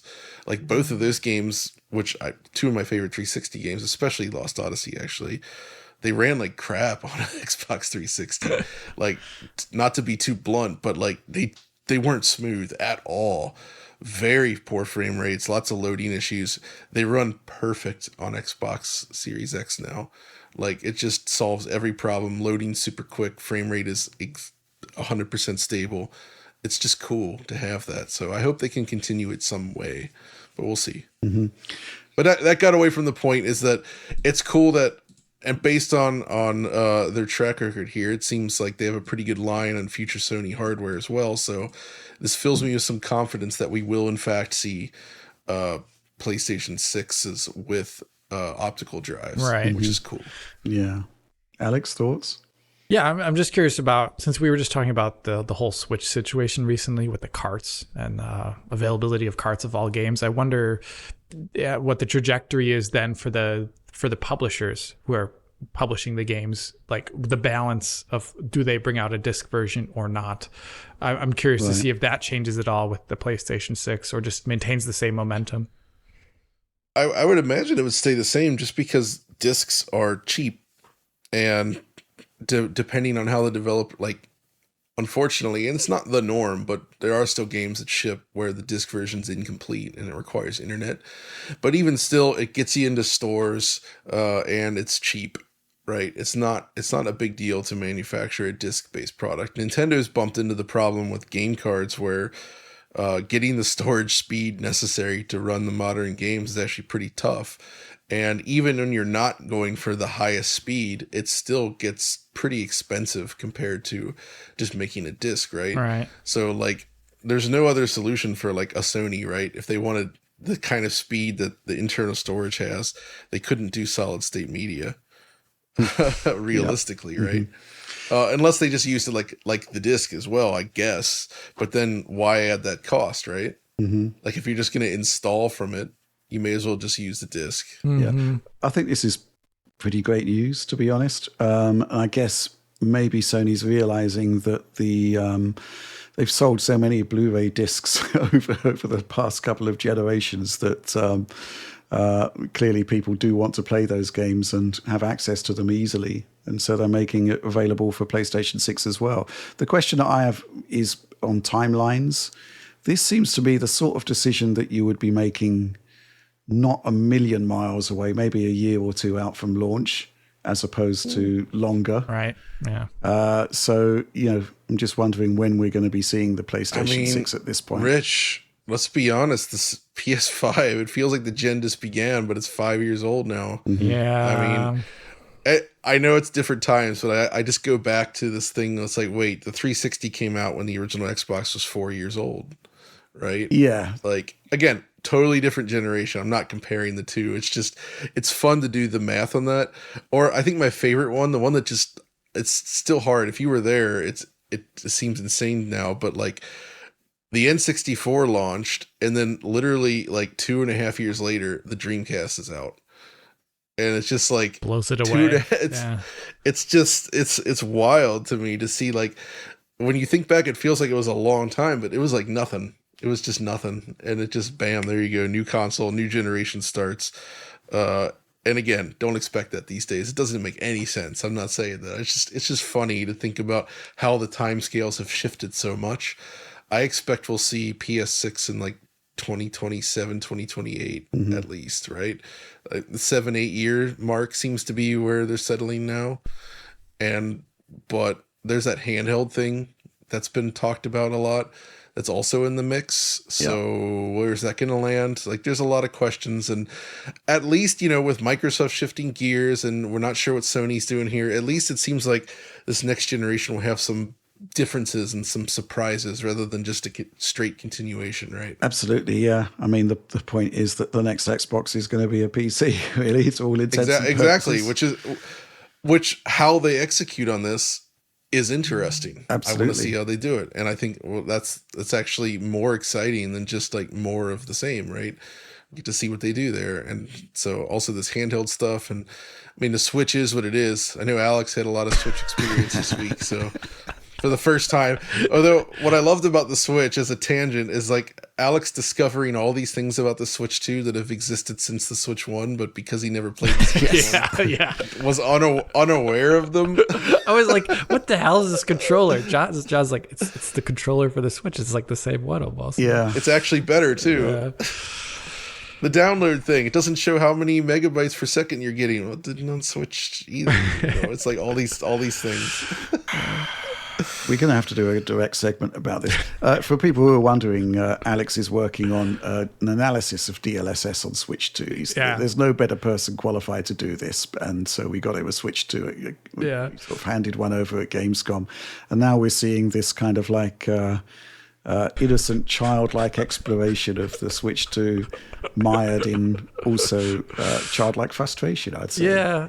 For me, I think the biggest, I talked to John about this, but I use an HDMI Switch, and all the other systems work fine with it. Yeah. But gosh darn it, Switch doesn't. I don't know why. I can't even begin to fathom why, but it just... Nintendo laughs at your setup. Yeah. Laughs at HDMI standards. Yeah. But we are moving very, very off topic there. Maybe we should do it. Let's discuss Alex versus Switch 2 next week. That'll be fun. That'd be fun. Let's do it. Okay, let's move on. Okay, interesting thing happened this week where there were reports emerging of additional quality levels being added to Microsoft's xCloud, its Xbox streaming. And I saw a particular screenshot showing Avatar Frontiers of Pandora being streamed over xCloud at 1440p resolution. And I thought, that's interesting because, we're kind of on the record as not being particularly impressed with the image quality specifically of Xbox Cloud streaming. I think it's fair to say that it just isn't really good enough. That was feedback we gave to Microsoft, and Microsoft's feedback back was essentially, it's not designed to be the ultimate best of the best streaming solution. It's designed to bring streaming to as many internet connections as possible. I kind of get that, but I also think that the quality should just be better. When I was looking at games like Starfield and Forza Horizon 5 on xCloud, the first thing was just the proliferation of macro blocks. It just really wasn't that impressive. And, what can I say? I'd be telling anybody considering that sort of streaming, especially for a TV, to buy a secondhand Series S. That would be my take on that. However, this week there were these reports of higher quality streaming, a higher quality 720p mode, a higher quality 1080p mode, and for a first tier 2560 by 1440 streaming. Not 4K, but I think 1440p is absolutely fine, bearing in mind that the xCloud servers are essentially streaming Xbox Series S code. It's not Series X, it's basically Series X silicon virtualized into Series S instances. And I thought, if this guy can play Avatar Frontiers of Pandora at 1440p, maybe I can too. And indeed, it came to pass. There's probably going to be other games that are doing it. But you can see using Microsoft's own monitoring system here that I am getting 1440p streaming. And it's interesting that we're using Avatar here because, as we were talking about earlier with GeForce Now, even on Series S, there's a huge amount of detail here that's just going to really cause problems for video encoders. And it's not just the detail level, it's also a proliferation of volumetric fog, which any kind of fog or transparency really seems to play havoc with video compression on a sort of bandwidth-starved diet. But, I played Avatar for, I don't know, half an hour or so, and I actually went through to a particular save game where I know there's a lot of volumetrics going on. This is a dramatic improvement, I'd say, over the xCloud I know. I'm not going to say I'd still want the native Series S experience, to be honest, but this is so much better. The latency doesn't seem to be impacted, and that was always one of the good things about a fully functional xCloud, is that the latency wasn't too bad. You can actually check out Tom's piece on that from back in the day where he did the legwork there. latency was significantly lower than PlayStation 4 equivalent streaming, which you can only stream on a PlayStation, weirdly. So yeah, this is all looking really, really impressive. And just going to take this this supporter question from Sega Master System for the win. This is that's bait. This is revenge, sweet Rich. revenge, Rich. Justice for this Master System fans in our comments. Let's put that to the side and talk about the question.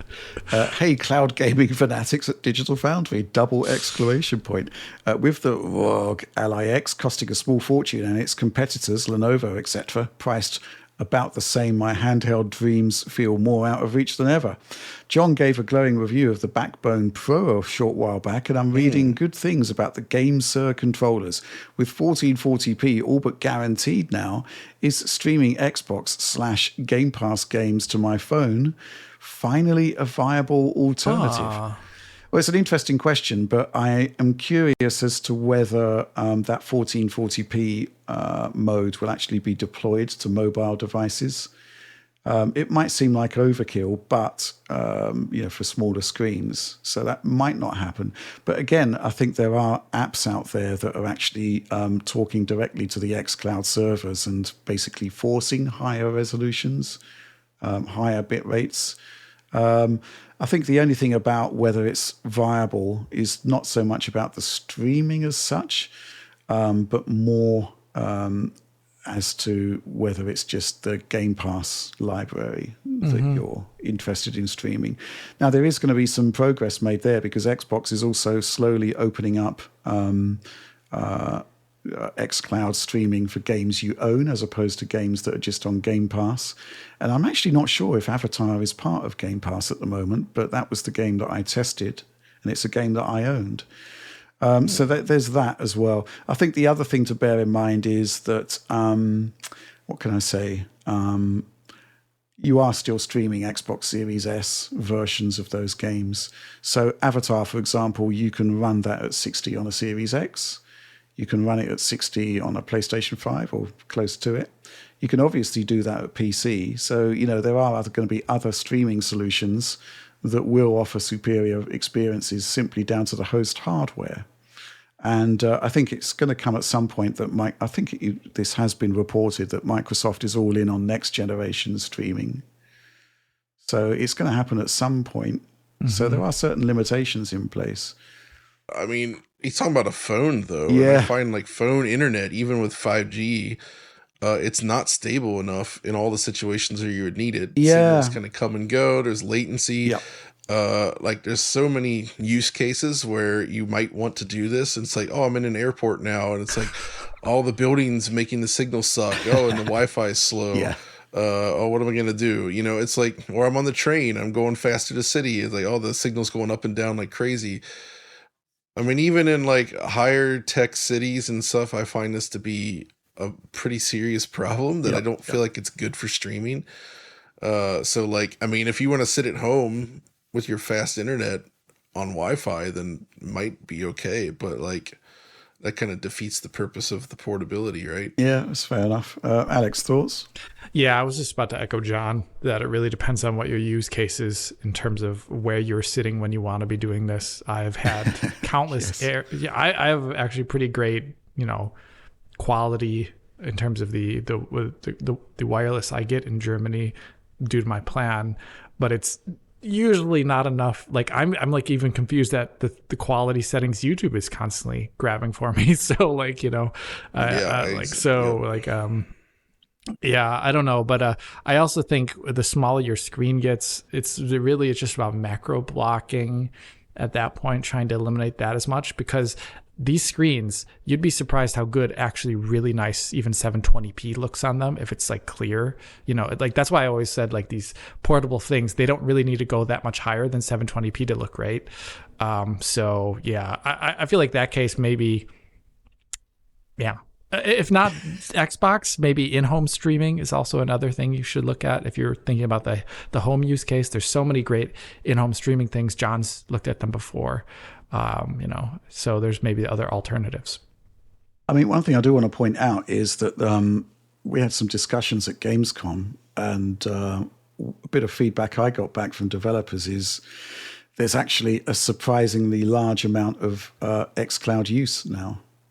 To the point where some developers are actually really surprised at how many people are streaming their games. It's funny because we never get any actual metrics from anybody, from Nvidia, from Microsoft on actual usage. I think the point that Microsoft actually started to use Series S versions so they could virtualize more game instances from Series X cloud silicon is probably indicative that there is a demand there. But we're just kind of not quite aware of how much demand there actually is. But, the feedback is that there is growing momentum for xCloud, which I find quite interesting. But yeah, I mean, I do think there needs to be next-gen streaming at some point.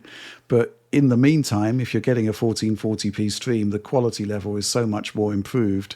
And the fact that you can use Avatar as a sort of ultimate stress test for it, I think is pretty cool. I'm not sure whether if somebody out there will be able to replicate that. I was able to, as soon as I saw that I had 1440p, I instantly just used NVIDIA Share at maximum settings to grab this footage, 130 megabits to capture the 25 megabit stream.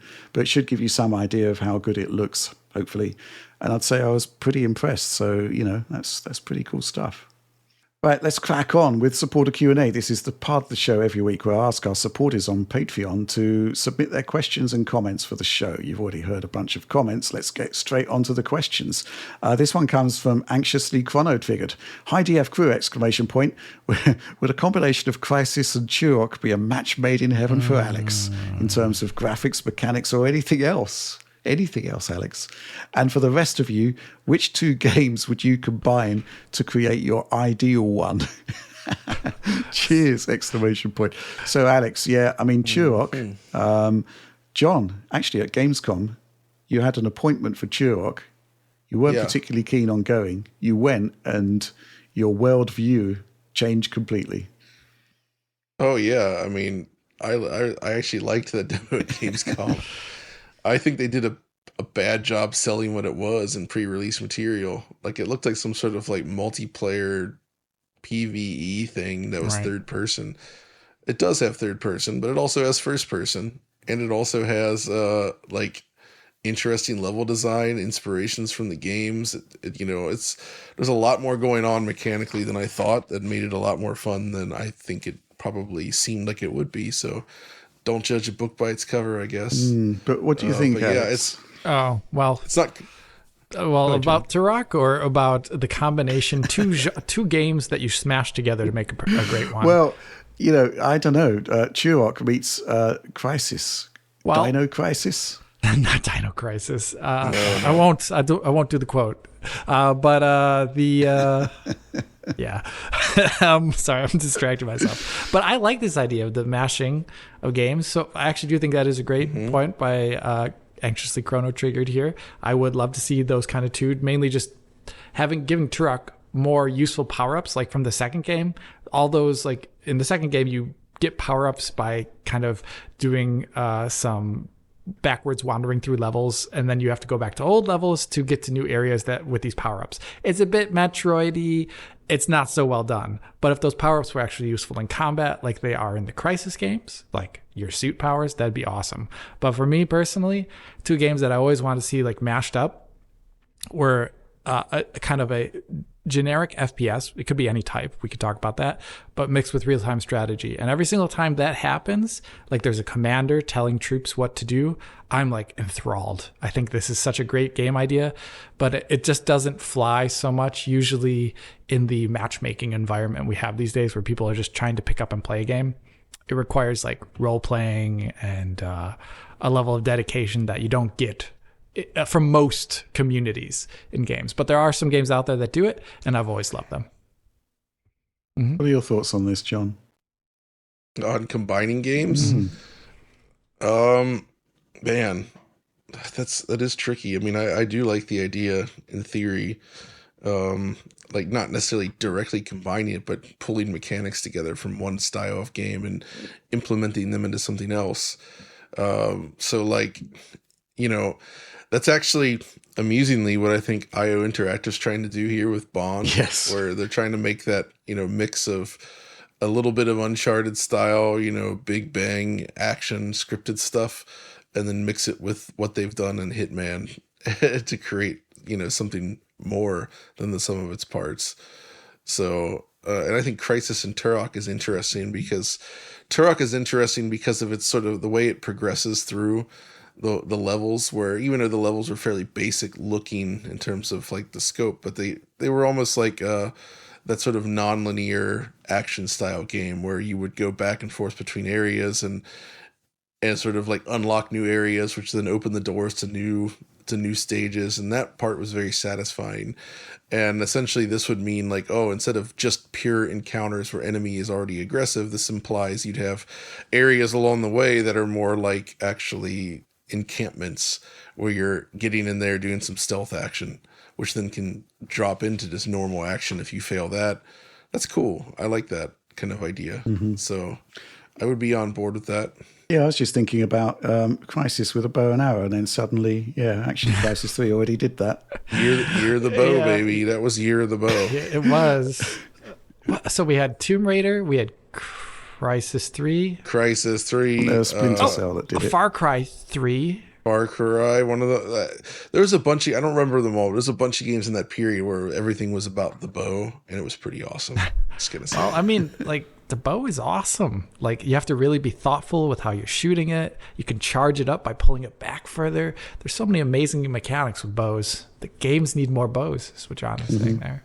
More So bows. basically, not so much the combination of two different game mashups, but basically a bow in everything. Just add a bow into everything. Actually, make every game first person is what I always say. That does it. Yeah, that'd be cool. Your real-time strategy game would be great. No. First person real time strategy. Hey, there's a game. You've played Command and Conquer Renegade.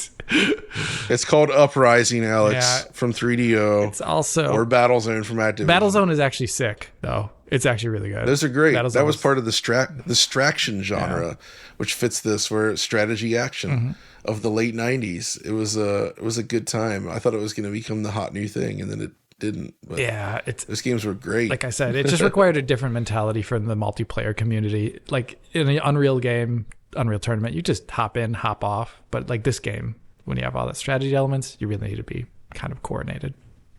Fair enough. Okay, let's move on to the next question. There's actually two here, which I've lumped together, but let's get through them. This one from Brawler Yukon. Hello there! Exclamation point. With Star Wars Outlaws punching well above its weight on Switch 2, presumably due to the console's ray tracing grunt and the game's reliance on quote-unquote forced RT, do we finally have an example that will get the haters to understand that ray tracing is the future? When even hardware this outdated can make a current-gen game run and look this good, with ray tracing, why would anyone light a game the old way anymore? Between the gains on the dev side and the performance, see also Doom the Dark Ages, Switch 2 port when, hopefully the anti-RT crowd is running out of legs to stand on it. Yeah, no, that's not going to happen. Anyway, and that was indeed from Brawler Yukon. This one from Pomps. Hey gents! Exclamation point. Given the competent RT performance in Outlaws on Switch 2, what are your expectations for Indiana Jones since they both require RT? What do you think there, Alex? Because I don't think the concept of a good Switch port for Star Wars Outlaws is going to convince any of the people that don't particularly want quote unquote forced ray tracing. That it's going to make any difference to them, really. But certainly from a developer side, the concept that they were able to get it running is actually quite impressive. Mm-hmm. I'd say that there are, I wouldn't say it's not so much Star Wars Outlaws that suggests we're going to get a Doom port, but more the fact that we're getting Indiana Jones.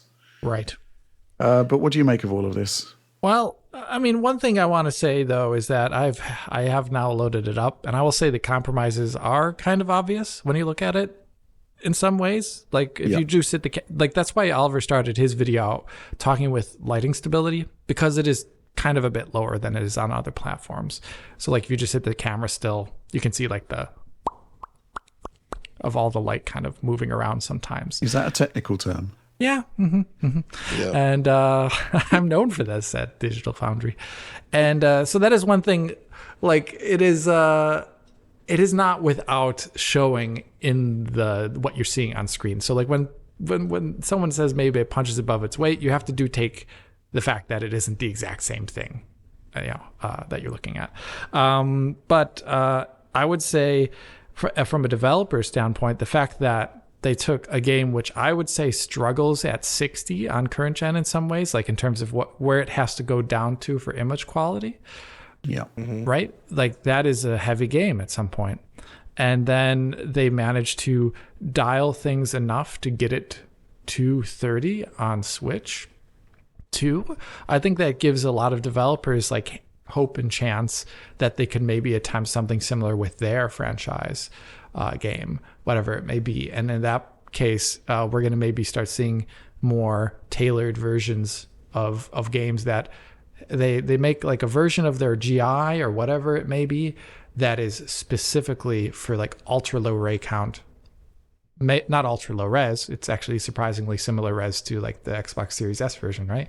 But ultra low ray count. And I think that's really cool because that's where RT effects become really interesting, because they actually need like a base minimum amount to look fine enough. And that's like a battle. And I would like to see what kind of cool techniques are derived from it. Mm-hmm. Yeah, I just think it's really impressive they even did it on handheld mode. Right. I think ultimately, though, one of the reasons why you're getting RT on Star Wars Outlaws is because you couldn't do it without it, really, could you? No. The whole engine's built around similar to Doom. You wouldn't be able to run Doom without ray tracing. What do you think there, John? I mean, like you said, when talking about this whole Doom kind of thing, I do wonder, like, I feel like 60 FPS is off the table for that engine, even on Switch 2, but you never know, right? They can always surprise, and we'll see what happens there. There is always a chance that 60 FPS is on the table. So I'm certainly going to be watching this very excitedly to see where it goes from here. But I think what we're kind of seeing is just that ray tracing necessarily isn't like a giant bottleneck here for the Switch 2. Right. It's a challenge. And that's it's a challenge, but it's not. There are other bottlenecks that are more serious, I would say, that are more limiting than the RT side of things, which is good because, I mean, I think it still shows that the RT cores in Ampere here are quite efficient, that even when like clocked down to this level, it's basically been hobbled down to this point, it still performs quite well. So it's definitely cool to see. But I think, and I think it's important for multi-platform games. Like that's the main thing, is I'm kind of relieved by this, because as we know, when you go all in on ray traced lighting, for instance, like, and you opt not to do a fallback, that can kind of determine where you're developing the game for.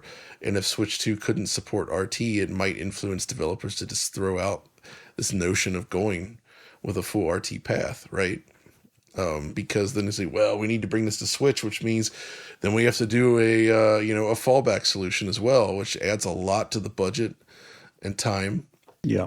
I think that's why we will see stuff like Resident Evil 9 on Switch 2 versus PS4. Because I think on Switch 2, they can do the full RT, which is how they're building the game, whereas something like a PS4 version would require a separate path to run, right? And that, that's not free. That's not a simple thing, actually. So that I see as good news, that yes, it'll be scaled down, but at least the hardware can support it properly. And by the way, have you seen videos of what people have done on the Steam Deck where they turn off all the ray tracing in Outlaws? Oh yeah, I have. It's quite humorous. It's like they're just running it in full bright mode with like no lighting, and it's hideous, but it's hilarious at the same time. So it really shows, though, that everything in that game world is completely lit by the ray tracer, right? Yeah. And when you turn that off, there's no lighting. It's just like everything is one color, basically. But what about Pomp's question here? Expectations for Indiana Jones. It was interesting that at the Gamescom reveal, there was kind of like just some generic footage which was running at 60 frames per second. But Right. yeah, I think 30 is sort of obvious compromise, right?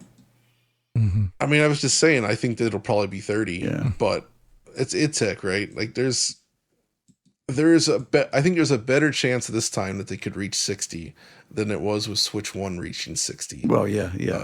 With id Tech 6 stuff and 7, right? Right. But you're probably right, and especially here, I think they would probably rather do 30, especially for Indiana Jones. Given that Indy, I think would probably work fine at 30 FPS.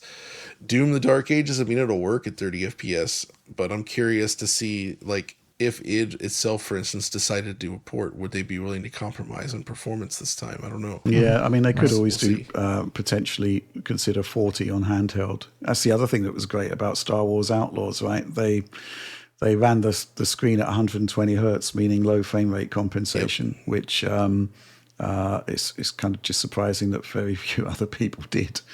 They made all the right choices, right? Yeah. And I think that's key, and that's why it's important to sort of highlight what the game did, because it sort of shows the way as far as best practices for this stuff. Right. So I hope other developers take note of the positive reaction to this. Yeah. Any final points there, Alex? Yeah, with Indiana Jones, I do think it'll be 30, just because there are, like, when you get to the Giza area, like, there's quite a lot going on there. That'd be really hard to imagine at higher frame rates, given the CPU in question.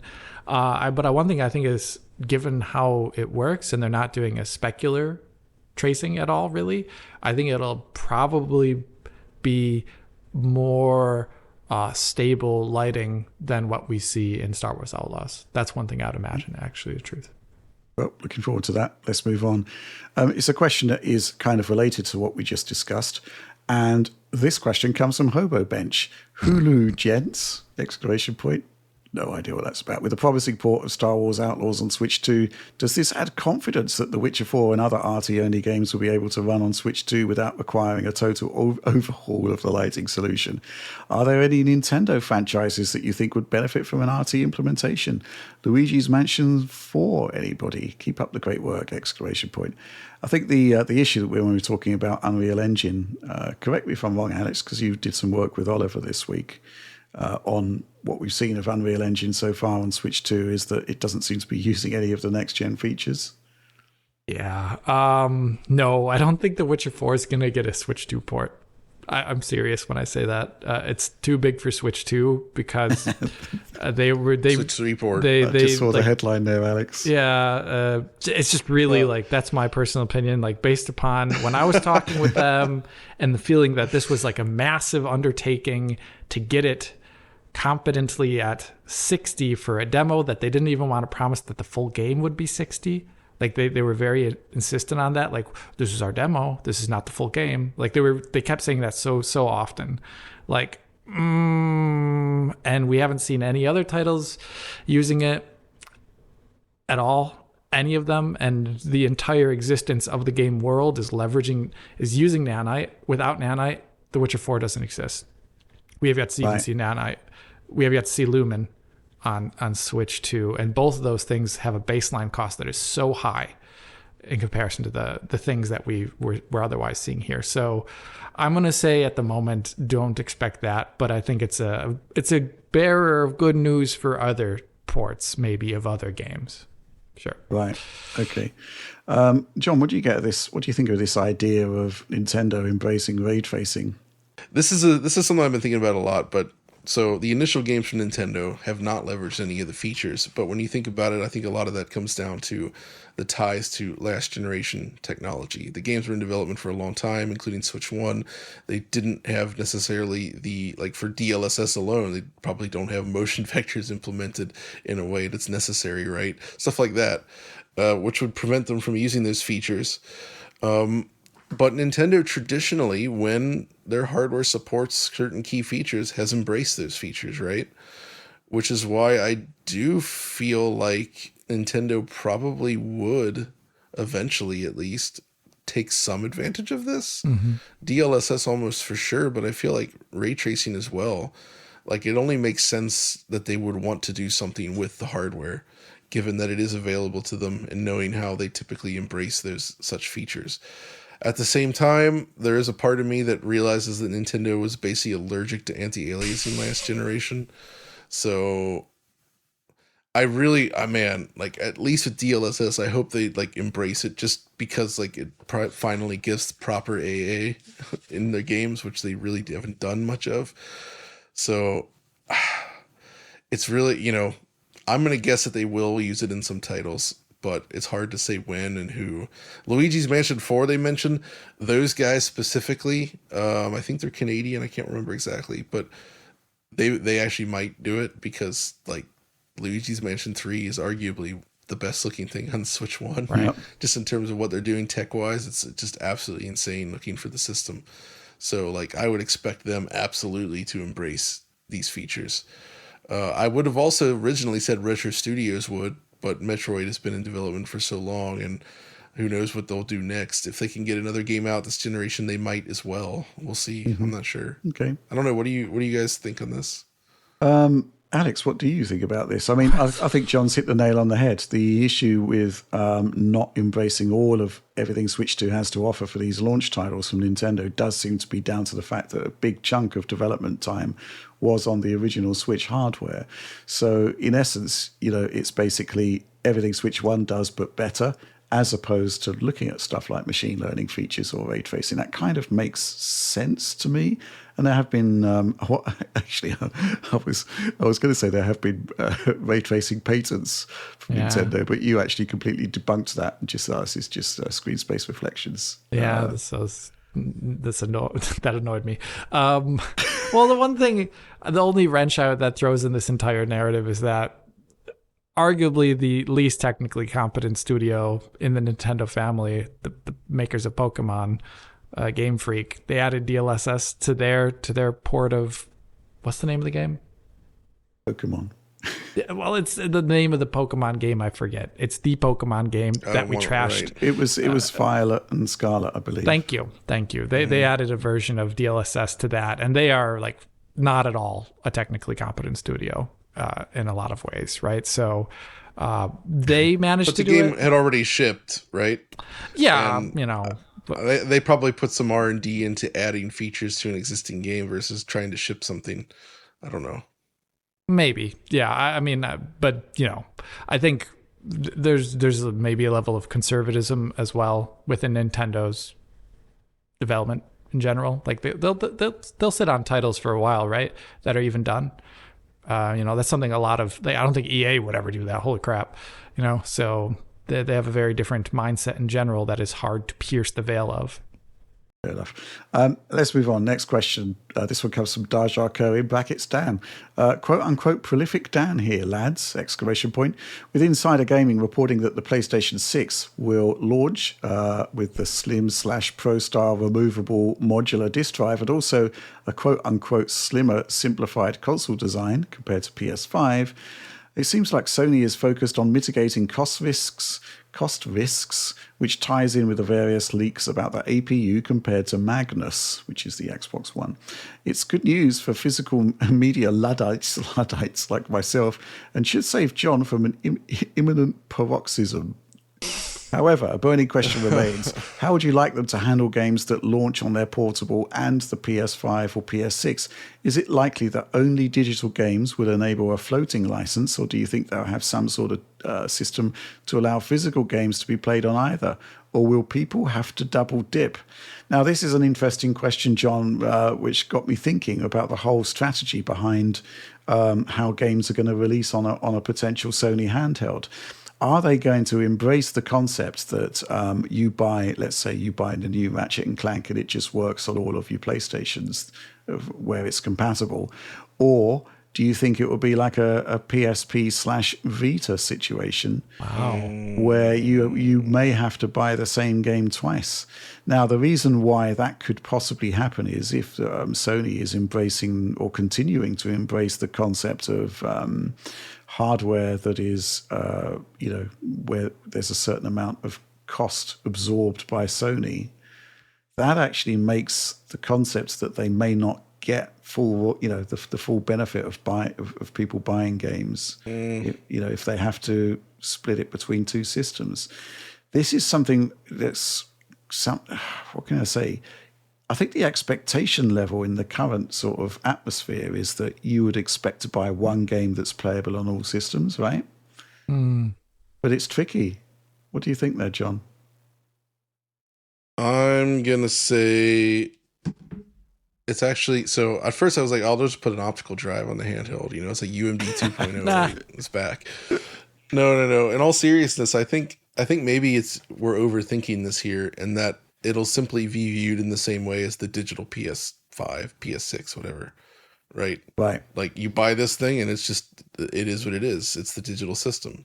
If you choose to buy the digital PlayStation console or the handheld, that's just, it is what it is, right? And then, but if you want discs, there's a console that has the discs options, and I don't love that, but like I'm pretty sure that's, if it's compatible with cross software, it'll probably just be equivalent to buying the digital PS system. Right. I mean, Sony did have certain games where you could buy and you'd get both versions, right? You'd get PS3 and PSP, but it wasn't sort of like mandated across all games, was it? No, exactly. Man, it's really tricky. I mean, Sony went down this path with the PSP Go, but that was so long ago and things were so different back then, right? Yeah. Like it's not comparable situation now. And that ran specific PSP games when they were mostly only sold physically up until that point. No, I'm going to stick with what I said there. I really think it's just going to be, they're just going to treat it like they treat the digital PS5/PS6. Right. Mm-hmm. And expect that if you want to use software, you got to be using the digital stuff. I would love for them to make a solution for disc-based games, but I just don't see them doing that, especially now. So do you think it is the case that, let's say you are going to buy the new Ratchet game, that it will be you buy it, it will run on your PlayStation 6 and it will run on your portable, and you won't need to pay more to play it on the board? I don't know, but if I had to guess, I would say that's what they want to do. Yeah, I think it's kind of like the expectation level in the market. I really think if they don't do that, it's going to fail. Yeah. Right. This is specifically the problem with Vita and everything during that time. And it's what Nintendo learned with the Switch. Like, one, dividing up your resources between two platforms sucks. It's too expensive. It doesn't work. Once games got to be, they reach a certain level of fidelity, like handheld development became similarly expensive to console development, and it just killed that whole split model. So I feel like they ultimately need to find a way to unify this. Otherwise, it's probably not going to work. Yeah. And I think that's exactly what they have planned. I mean, they're not looking at what the market's doing on Switch or anything else and saying, yeah, we need a separate platform. They want to have a system that works with the existing one. Yeah. The other thing, of course, is that the architectural similarities will be very, very strong. So it will be like a downgraded version of the PlayStation 6 game, I'd imagine. That just kind of makes sense. Yeah. Or the PS5 version. Alex, thoughts? I think it's going to be a digital version that is like kind of like the Xbox, like transferable, but hopefully without the shenanigans of like I don't know. I think John has always kind of wanted the ability to more easily play Xbox One games on Xbox Series, because we've seen a couple of times where the PS4 version runs better on PS5. Right. It'll be interesting to see if you can force a game into handheld mode on the like a PS5 or something like that. Like with I think you will be able to with that eco setting. But yeah, I'm very curious, like John is, though, to see exactly how it turns out. But I think the thing will not be able to be like popular at all if you have to buy special versions of a game for it or something like that. It'll just be a digital license that is transferable. Okay, this next question comes from Gorguts. Hi DF gentlemen, exclamation point. With rumours abounding of an imminent release of the Arc B770, is it too little too late for Intel? The GPU landscape is much different to what it was a year ago and prices seem to have settled. Is it even possible for Intel to succeed in an age where Nvidia is seemingly unstoppable? Interesting question, right, Alex? I think ultimately my take on this is that Intel has got to continue to create GPUs simply to iterate to the point where it can compete with NVIDIA. Yeah. And I don't think it's expecting to have any kind of major sales successes at this point for the reasons stated. But it does need to have a really strong GPU architecture that evolves to be competitive, because, GPUs are so essential for stuff like, addressing the enterprise and AI markets, et cetera, et cetera. This is exactly what I would have said. Basically, the GPU is so important these days for the AI market, like you said, as well as the combinatorial power that it gives to a desktop or even a laptop. And it needs to be feature rich. And the only way you do that is by developing that core in some way continuously. Because if you're a CPU company now and you're not working on GPUs, there's almost no reason why anyone would pick up your product then for their laptops, for their enterprise solution, whatever. You just need that stuff. And I think that's why they're going to continue with it. What exactly the B770 will offer, though, at release is going to be interesting, because I'm not exactly sure who I would be recommending it to right at this very moment. I also think buying a GPU at this very moment is a bit of an awkward position, unless you are just want to, like, I always say this, but if you're just someone who's only playing like the forever games, like your Fortnites and your CS2s or whatever, your Valorants, then you have maybe always a GPU choice. But right now, I think if you're in the market for something that you want to last for 3 to 5 years, and it's like a AAA targeting GPU, then I think the choices you have right now are a little bit rock in a hard place, because I think the RDNA 4 offering is great, but is not as flexible as the NVIDIA side for covering stuff like path tracing. But at the same time, I think the NVIDIA side, I'm really not so happy with the layout of the GPUs in that stack below the 5080. So this could maybe upset that a little bit and offer a separate alternative. But for that to be the case, I really think Intel needs to bring out, much like AMD will be bringing out soon enough, some sort of Project Redstone alternative. They do have their machine learning XeSS, which is great, and they have XeSS 2 for FrameGen, but they also need the ability to start doing path tracing, I think, as well as the ability to have their own path tracing denoiser. If AMD is going to have it, Intel needs to have it too. Otherwise, the recommendation for them for something that's targeting AAA becomes much harder for me to say as a reviewer. So I think they need to keep up on the software front as much as possible. Yeah, I mean, my thoughts on the B770, I mean, the existing cards we got, the B580, are kind of like 4060 to 4060 Ti tier. So you can expect it to be a tier higher than that. So maybe, to 5060 Ti standards. So it's going to come down to like, okay, it's going to need to have 16 gigabytes, 12 minimum. It's going to need to be cheaper. It's going to put Intel in a bit of a tight place. But, Gorguts' contention here was like, okay, Intel put out this really cheap GPU at a time where it was difficult to buy GPUs. But what's missing there is the fact that they didn't actually put out that many of them. Right. So it barely made an impact anyway. I think it's just, they need to get GPUs out there because they need to put the R&D in, and they need to get a product out. Any thoughts there, John?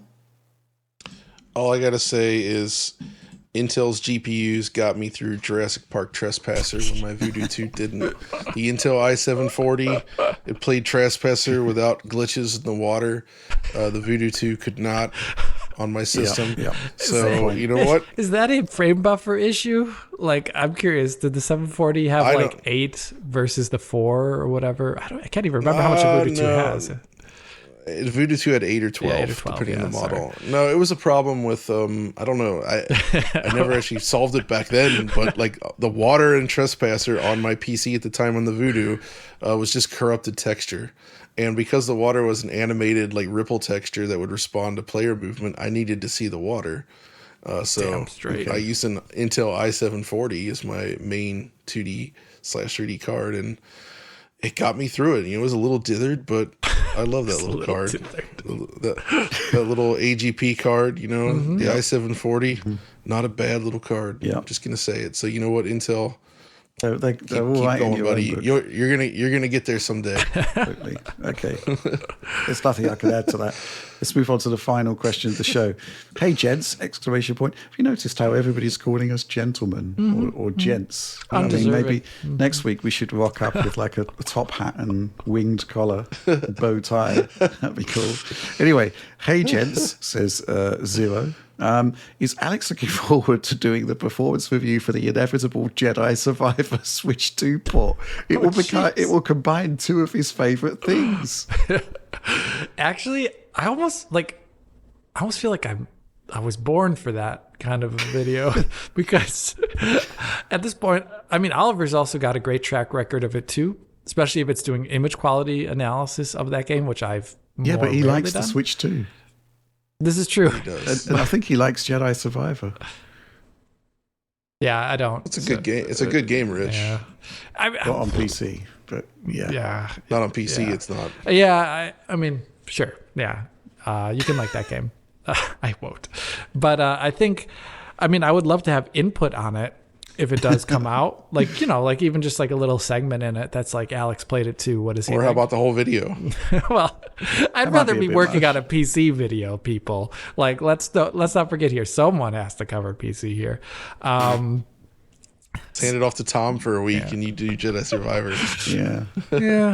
Yeah. But no, I would just like to see if that did come out. Like, it would probably be like all the stuff we saw in the PS4 reduction version, which was okay enough. Like, I still wouldn't recommend anyone to play it given some of the visual stuff that ended up happening there. But it would probably be a lot like that because it's just when they did try and reduce it down for lower clocked CPUs, there was just a chopping block, right? They were just like chunk, get rid of all this, get rid of all this, get rid of all this. And at that point in time, you're looking at a game that it plays the same, but it maybe doesn't communicate the same like visual audio experience you expect from a Star Wars game. Like, that's what I always think that happens. Like, yes, you can port a lot of things down by cutting them, but at what point are you saying like the subjective visual audio experience is so heavily compromised that it's almost not the same game? And I feel like that's what they would do because that's what they did already before. So it probably wouldn't be that great. That's fair enough. I don't think it's even been announced yet. And to be fair, Alex, I applaud you for a sensible answer to a question I just put in to make you squirm. Yeah. To be frank. Yeah. That's true. Similarly, like a couple of weeks ago when I was off ill, you guys actually seriously addressed the idea that Bubsy 4 could be a Game of the Year contender. The last question in DF Direct Weekly is never a serious Never one. serious one. Not anymore. That's true. Okay. Would you like to do the Switch 2 performance review for Jedi Survivor there, John? Oh, I'm not opposed to it. I mean, you know what? I haven't had my go cover in this game yet, so maybe I should step up to the old plate and do one for it because I actually liked the game in the end. I ended up playing it on PS5 just in the 30 FPS mode, and the motion blur looks good. And like it sucks that it's only 30, but you know what? You get used to it and it's just like